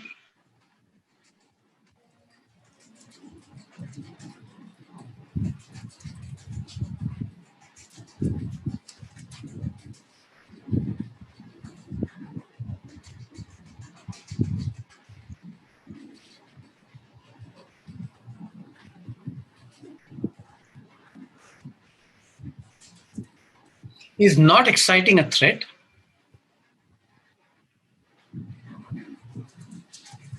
How else would you put it? Could you put it?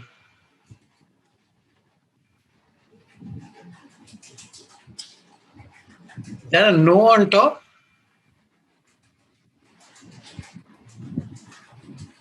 I'm guessing that's Bharat. Yeah, that no was me. There are no threats? No, it's because with my nephew here, he just hears no so many times in the day. To anything no as a word. So in quotes. Yeah. Bharat. Okay. Do we accept that threats exist? Some we create. Okay. Now, if you want to create a safe environment, here are some strategies, and this is from Brain Body. Did anybody get a chance to look at some of Susan Kovalik's work? Nice. I just read first page. Oh, that's good. That's a beginning. Yeah. Okay. Shall we move on? Yeah. Okay.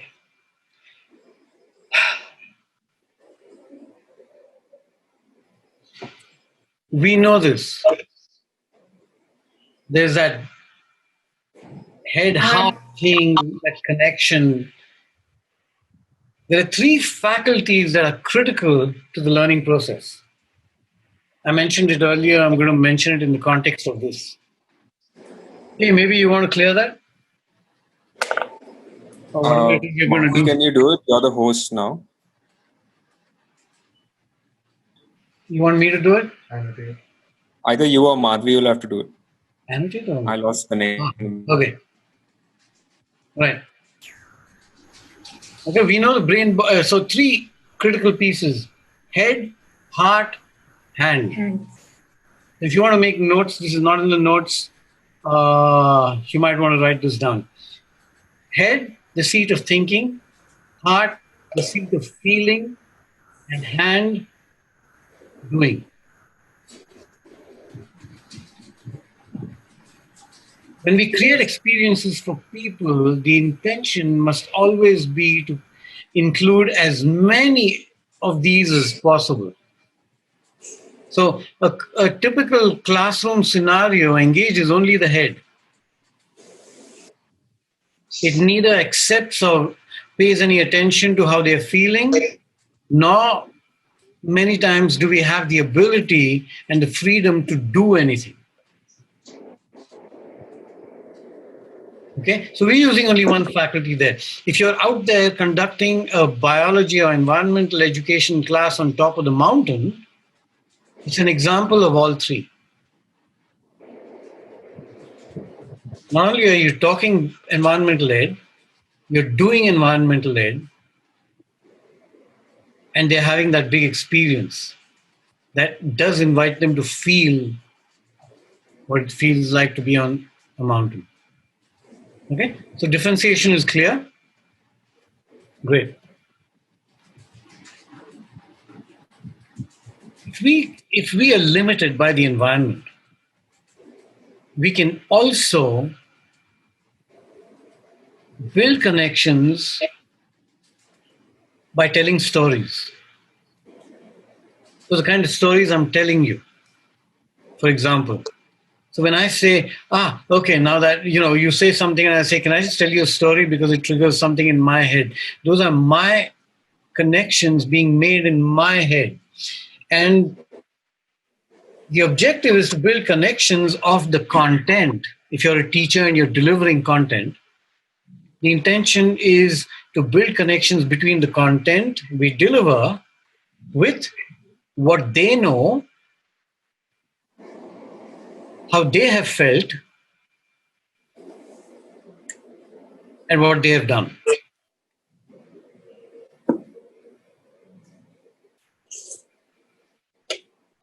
Can you repeat that, Vishwas? Sorry? Can you just repeat that? Yeah. Build connections of the content that we deliver with what they know. Remember, start from what they know, not from what you think they should know. What they know, how they have felt or feel, and what they have done.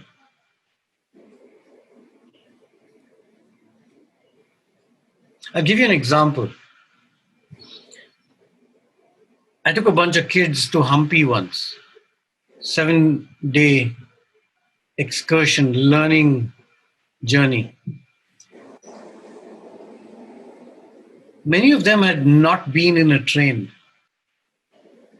They'd never traveled by train. And if we wanted to get to Hampi from Pune, we needed to do our bookings. And I said, I'm not doing anything. So here's the beautiful piece of an educator. Our final intention is to get out of the way. Do as little as possible. So I said, I'm not going to do the bookings. Okay, so we'll go together. And we went to the railway station and they stood in rows and they waited and they felt hungry and they felt thirsty and they got their tickets. And they said, wow, this is what a railway station looks like.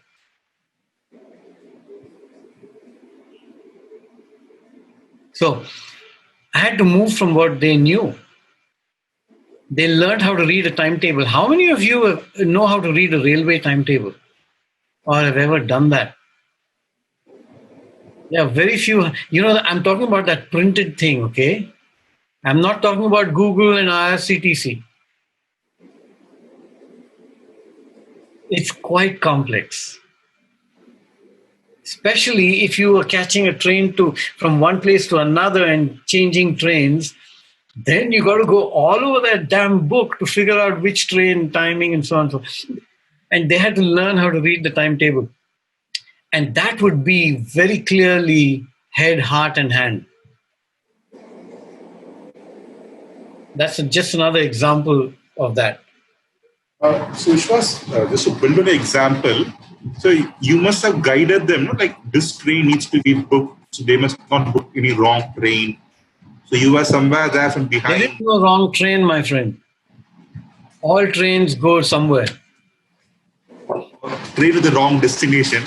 There is no wrong destination. All trains stop somewhere and many places.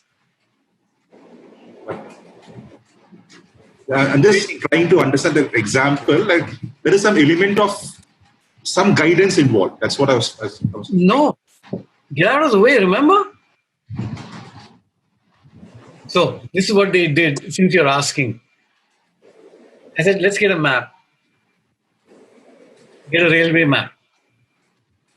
Look at it. Where is Hampi? Oh, Hampi is not listed because Hampi doesn't have a railway station. Now they had to look at the railway map and they had to look at a regular map and say, which are the cities?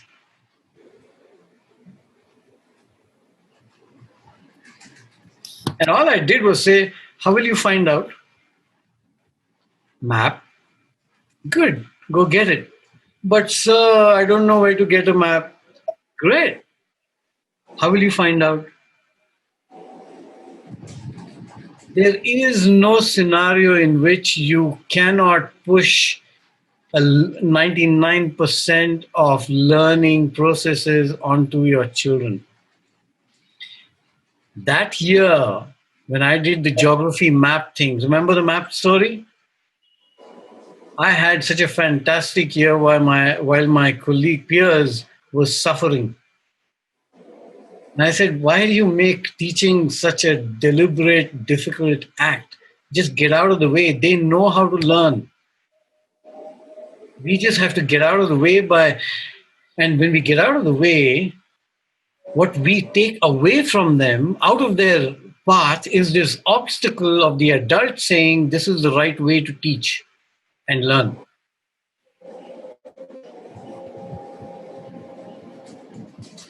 That makes sense? So guidance isn't here's the direction. It's where do you want to go?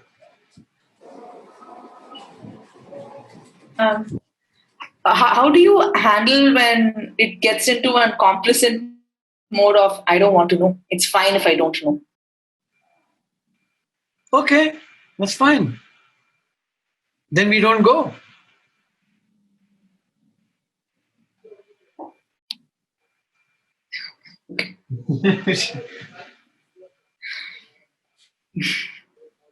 I did this with my sons. I'm sorry? I've done this with my sons. I'm going through that with my son right now. So just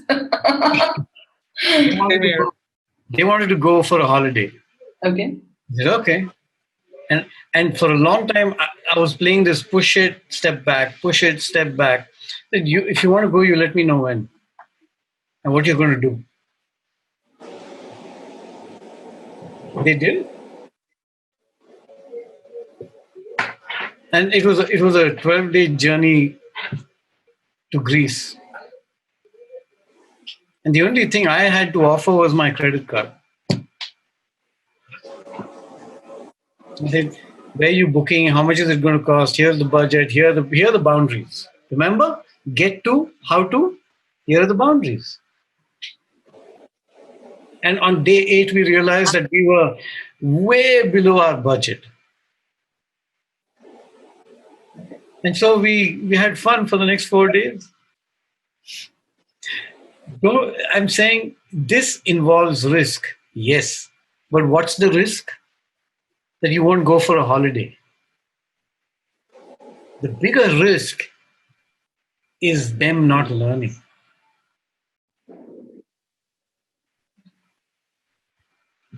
Okay. Head hard connection. Your son will do it when it's meaningful for him. Right now, it's just Mama Bear telling him what to do. Okay. It's I think I'm just honing my patient skills here. So, yeah. You remember next time, what do you do? Everybody, come on.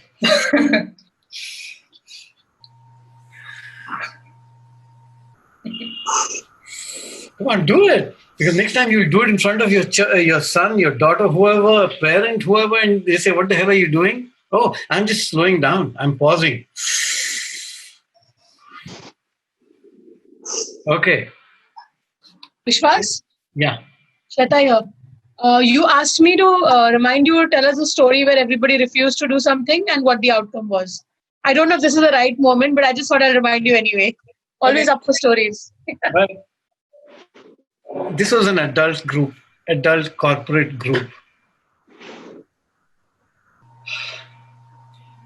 So I was invited to do a 3-day program in Rishikesh, adventure, blah, blah, blah. I was working in Panchkani at that point in time, packed my bags. My crew and me flew into Delhi, had this one full day conversation with the leadership team as to what was going to happen and why and so on and so forth. We get into the train at night, wake up in the morning, go to the hotel. We go through the motions of the day, activities, adventure, blah, blah, blah. By 4 o'clock, half of them had disappeared. This is a corporate training program. Huh? And I said, yeah, okay. So for me, it's not half of them are disappeared, half of them are interested. So I stay with it. It gets dark. I can sense rumbling, mutiny. There was this group that was engaged and active and wanted to play. And there was this group that didn't want to. So I went up to the leadership and I said, what's going on? And he said, they're very upset. I said, okay, what are they upset about? They don't want to do all this.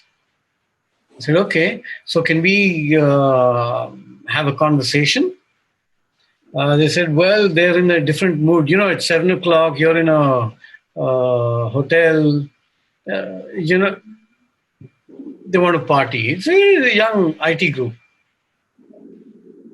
I said, okay, so here's the deal. I have planned something for tomorrow, but if they don't want to talk about it, that's fine. Let me know when they're ready to talk about it. But here's the condition. If anybody is drunk in the morning, we will not go. And very clearly, this is about physical safety in an adventure environment. They had their party, they had their drinks, they had their dance, they woke up late. I went to the boss. I said, Bhaiya, kya ho raha hai? He says, boss, I have to own up something. I had to tell them that we were going on a picnic. Otherwise, half of them would not have come if I had called it a training program. I said, no problem. You tell me what to do because I flew in from many miles away. Mera to invoice banega. I'm going to bill you. You decide whether you want to use me or not. The trick here is to not get into their game. I could have very easily gotten into that and say, oh, I've done a bad job. They didn't like my style. Therefore, I must be a bad trainer. Next morning, people wake up leisurely, 8:30, 9 o'clock breakfast, 9:30. I said, close the breakfast. Anybody who doesn't have breakfast by 9:30 doesn't get breakfast. I gathered them and I said, what's going on? They said, we don't want to do this. Okay, what is it you don't want to do? They said, yesterday you were doing these reviews and reflection sessions and all. We are not interested in discovering anything about ourselves. I said, okay, What is it you want to do? We want to climb, we want to trek, we want to camp out, I said, great. You know what? Let's do one thing. Let's take a walk. And we went to Lakshman Jhula, sat on the rocks underneath, and had this wonderful conversation for 4 hours in the sun. And I said, I don't have a problem. But you are here, and the leadership team is here. And you need to listen to your leadership team and find out why we are here. We had that conversation. I told the boss, I said, you have to put yourselves out there, otherwise it's not going to work. So he said, look, guys, this is the story at work. And we worked out, the whole issue was discovering what they wanted to do and then giving them that and saying, okay, you'll have your trek, you'll have your camp out, you'll have your rafting, you'll have your climbing. Conditional. That we talk about how these things are connected with what we do at work. They said, cool. And it turned out to be a fabulous program. And I think for me, when I think back about it, the crux of it was that I got out of the way. If I had held on to me and the teacher and trainer avatar coming there to give them gyan, I would have suffered. And this has happened more than once. A whole bunch of children don't know why they go for a picnic or why they come to school. Have you ever asked those children why they come to school?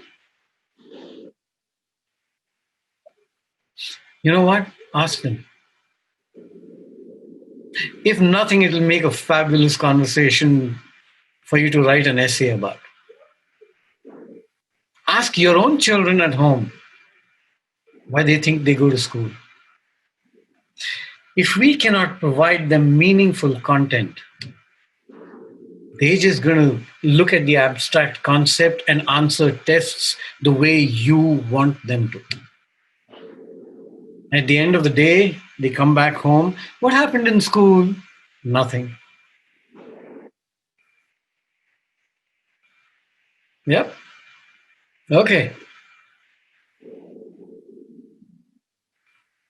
We've talked about this. I won't go into the details of it, but can you introduce movement, physical movement into the whole thing? Not just here, but here, heart and hand. So include all these in as whatever it is that you choose to do. The text is all there. It'll come to you.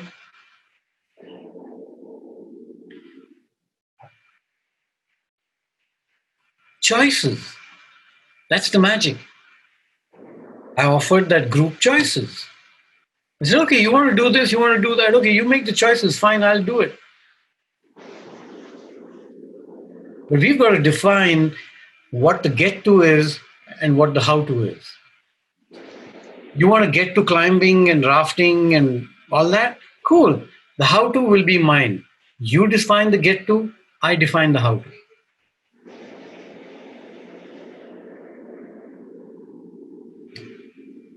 Not 30 minutes. The failure of today's education system, in my opinion, and I'm laying claim to it, is this nonsense idea that you can teach anything in 30 minutes. Because you've lost the first 5 minutes and you've lost the last 5 minutes. You can only cover content. You can't bring meaningfulness. And how does a child fail if somebody takes 3 more days to learn a particular math problem? And he fails in the test but learns it 3 days later? You won't even know it because your blood pressure has already been measured. Adequate for the child. And you will ask me, how is this possible in a regular classroom? It is possible.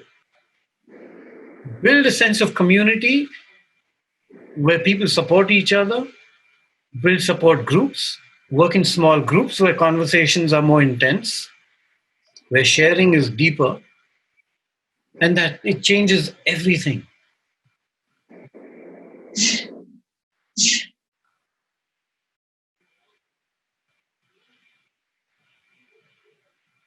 What is this?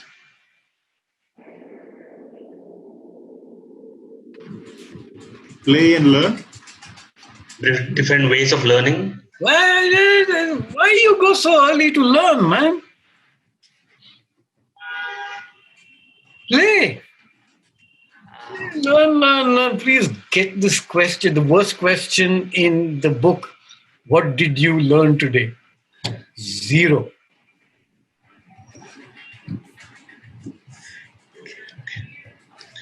Did you play? Great. I'll guarantee you something they've learned something. You can ask, how was it?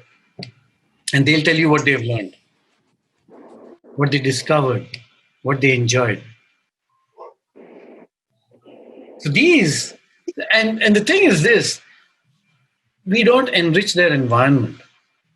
We tell them that library period is available on Wednesday at 12 o'clock from till 12:30. If you don't borrow your book by 12:30, you will not get a book to read for the rest of the week. Everything is in lock and key.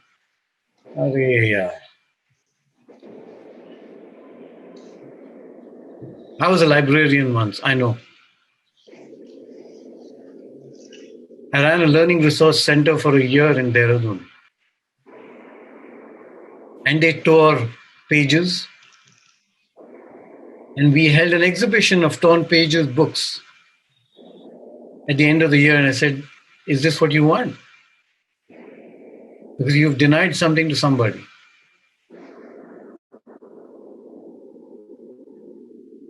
Enrich the environment. If you are doing a language class,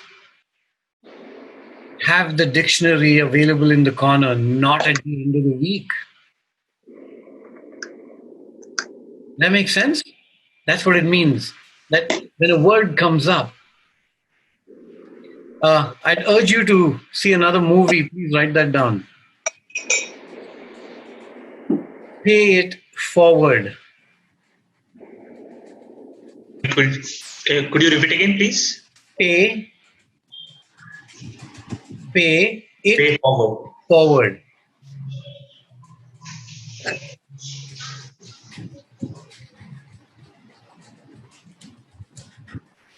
Vishwas, I have a question with this current COVID-19 scenario, especially for young children. I can understand with youth we can still manage to some level of engagement, but for young children, there is a real possibility that at least the next 1 year or 1.5 years, they have to wear a mask when they go to school, maintain distancing.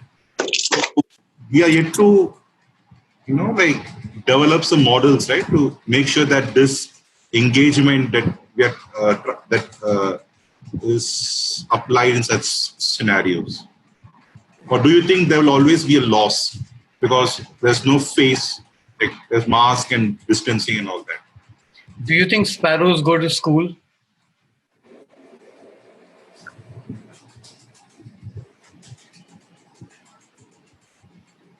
Sparrows. Do you think they learn to live? Do you think it's going to be a big loss? The big loss, the problem is not for the children, it's for the parents. Ask them, they're sitting here.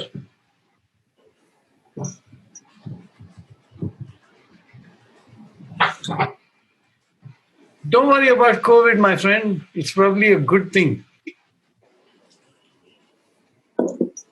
Maybe we needed this shock to revisit what education means.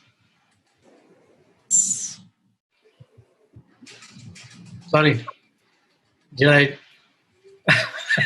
Sometimes I just do these things. I apologize. I know that this is not a direct answer to your question. No, I get your point. Thank you.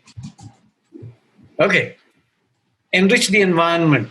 What parents need to do in this COVID season is enrich the environment and not necessarily only on the screen.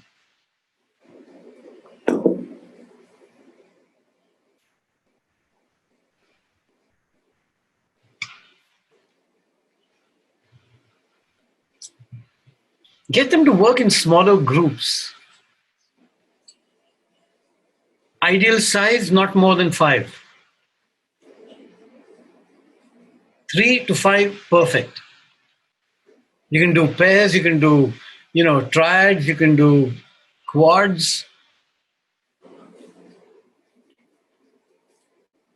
They'll have wonderful conversations. The amount of learning that happens within small groups, within short periods of time, is incredible. I discovered this firsthand in my geography class. Decisions are made very differently. Relationships are built very differently. That's what collaboration means. Cynthia, that's for you too.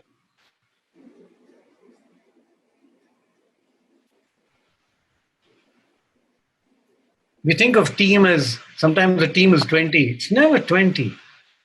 It's always smaller modular groups working together, some more intensely than others. And to remember to get those people to work together more.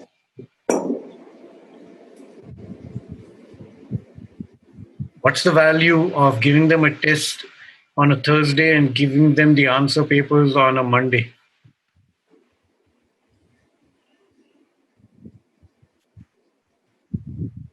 Just go back and tell me if you really learned anything by looking at your answer paper, because all we did was look at marks and say, acha, pass ho gaya. I got more than I expected or less than I expected. Nobody is looking at the red marks and immediate feedback means you're walking in the classroom, you see a child misspelling something. English is a funny language anyway. But you want to get them to get that spelling right, okay. But if you see it happening, then you say, hey, take another look at that. What does that spell like? And they play with it and they do a guessing game and then they get it and then they rewrite it and then that's immediate feedback.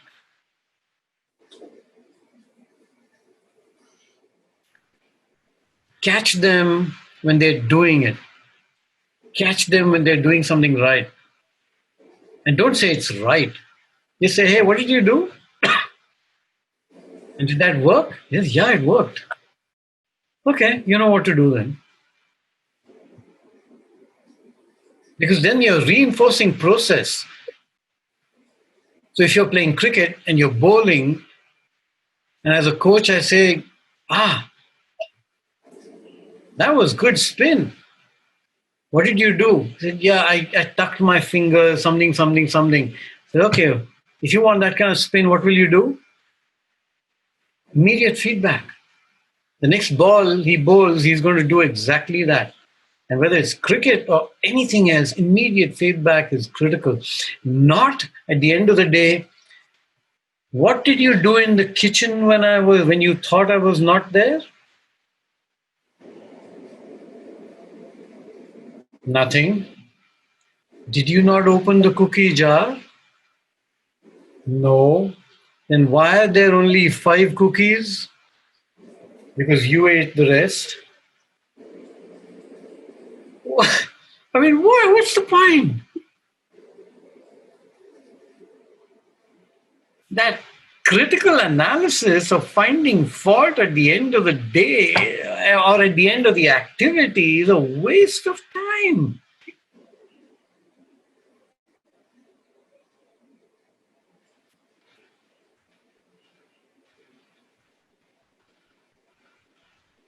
What sign is this? Infinity.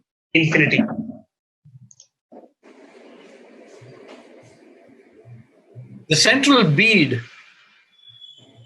is where those pieces connect.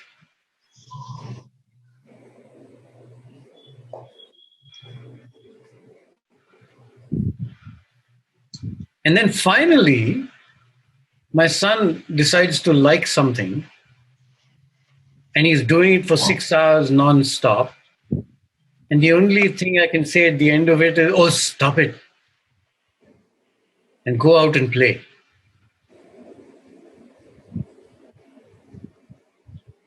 Most of our lives as parents and teachers, we want them to be in that mode. We want them to be in that mode only for 30 minutes, not more.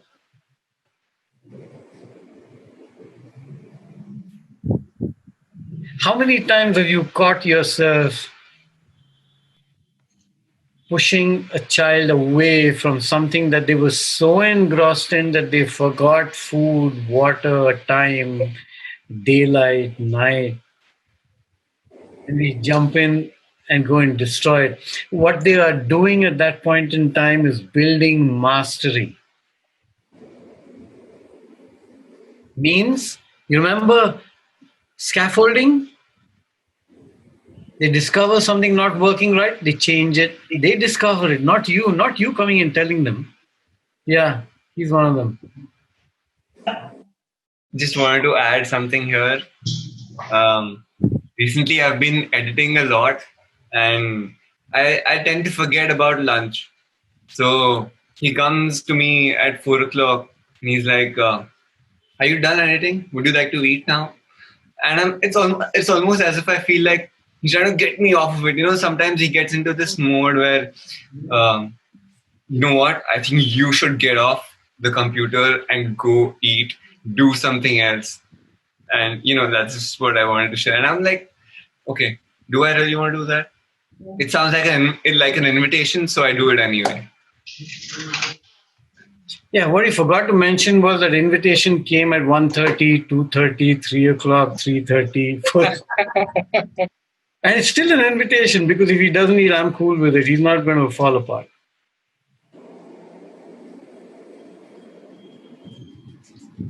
So just be careful about what we do when they're actually in that mastery mode.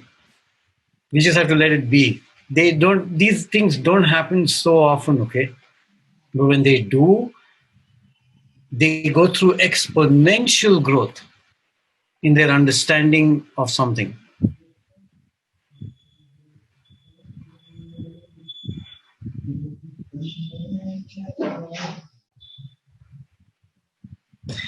And if we can do that, then there will be an absence of threat. Because we are giving them the power. And the whole objective of the learning process is to transfer responsibility and power to the learner.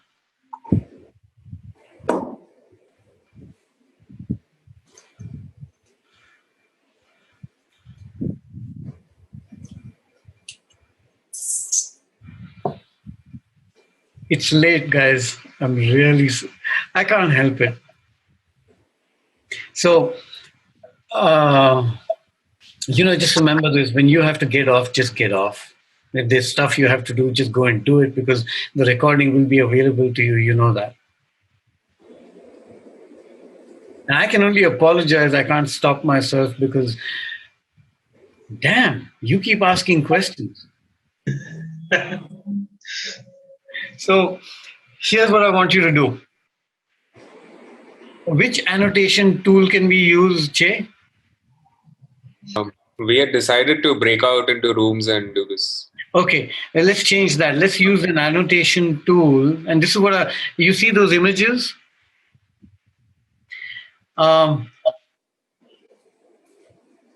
Use any of those tools in annotation and just put a square, circle, triangle, whatever mark on the picture that to you represents how you are feeling about at the end of 4 sessions.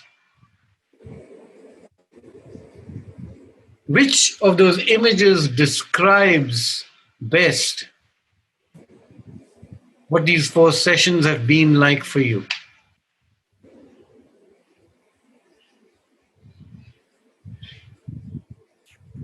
You can mark more than 1 image? Yeah, don't go crazy. Just try and limit it at 2 for today. I'll be using this tool again later as well. But at this point in time, I'm really curious. Oh yeah, you know what? Hearts is good. Hearts is good. So at least I can look for one image. Otherwise, the rest of it is kind of. Go ahead.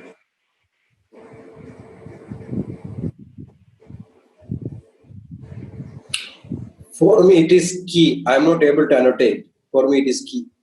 Okay.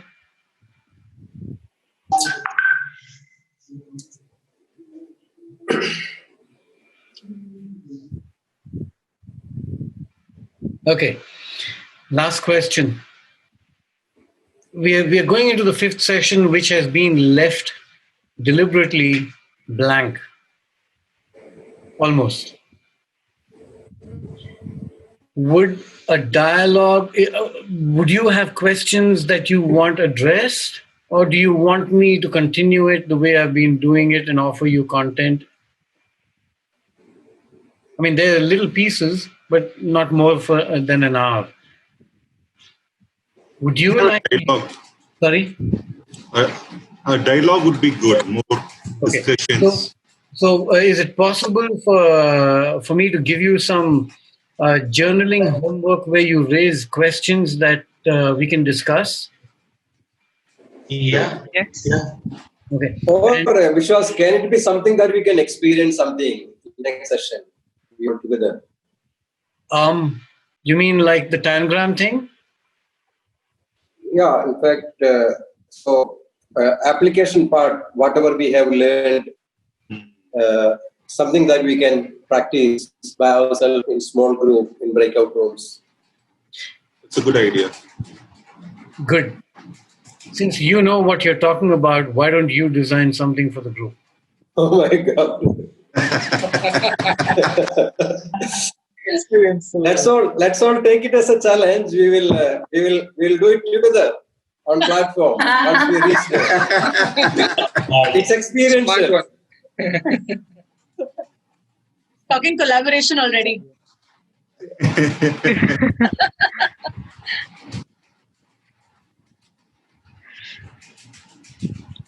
I'm not hearing resolution yet.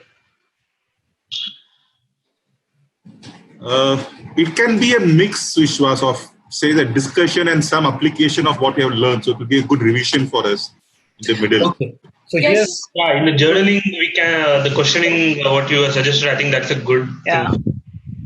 Okay. So here's just defining roles and responsibilities here. Your job is to raise questions, and those questions are in the context of how do I apply XYZ. Yes. Okay? And then my job is to share what I know about it and where I've applied it and how I've applied it through stories. Does that work? Sounds good. Yes. Okay. So you do have a job to do, remember? Yeah, journal. Yeah. And in that journal, your curiosity about how a certain principle that we've covered so far can be practiced. That's what it's about. Okay. Yeah, I can present one journal. The concept, what learned and practiced, and what was my challenge and what I'm looking for. Okay. And we can make small group presentation and application from their side. A collaborative dialogue. Here's my suggestion. Connect with Chetan and work out if you need any technical help on what you want to run. Yeah. Okay? Yeah. Cool. So we've got a plan for session 5 then. So I will take the first half an hour and then we'll jump into questions on application. Yeah. Stay safe. Go eat as much as you can tonight. We've had a long session. Thank you so much, as always, for bearing with me.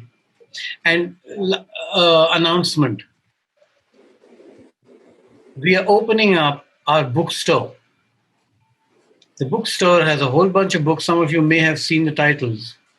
But if you haven't, and if you feel like, because courier services have now opened up, we're opening the bookstore.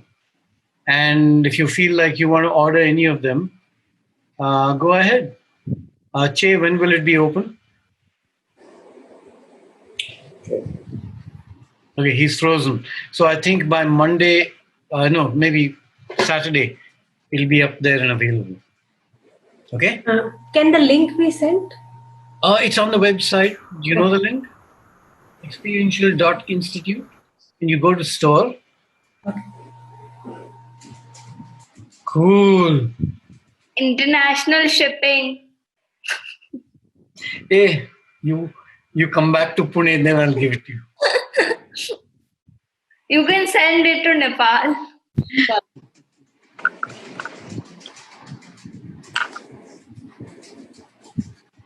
Bye. Bye. Thank you. Bye. Good night. Bye. Good night.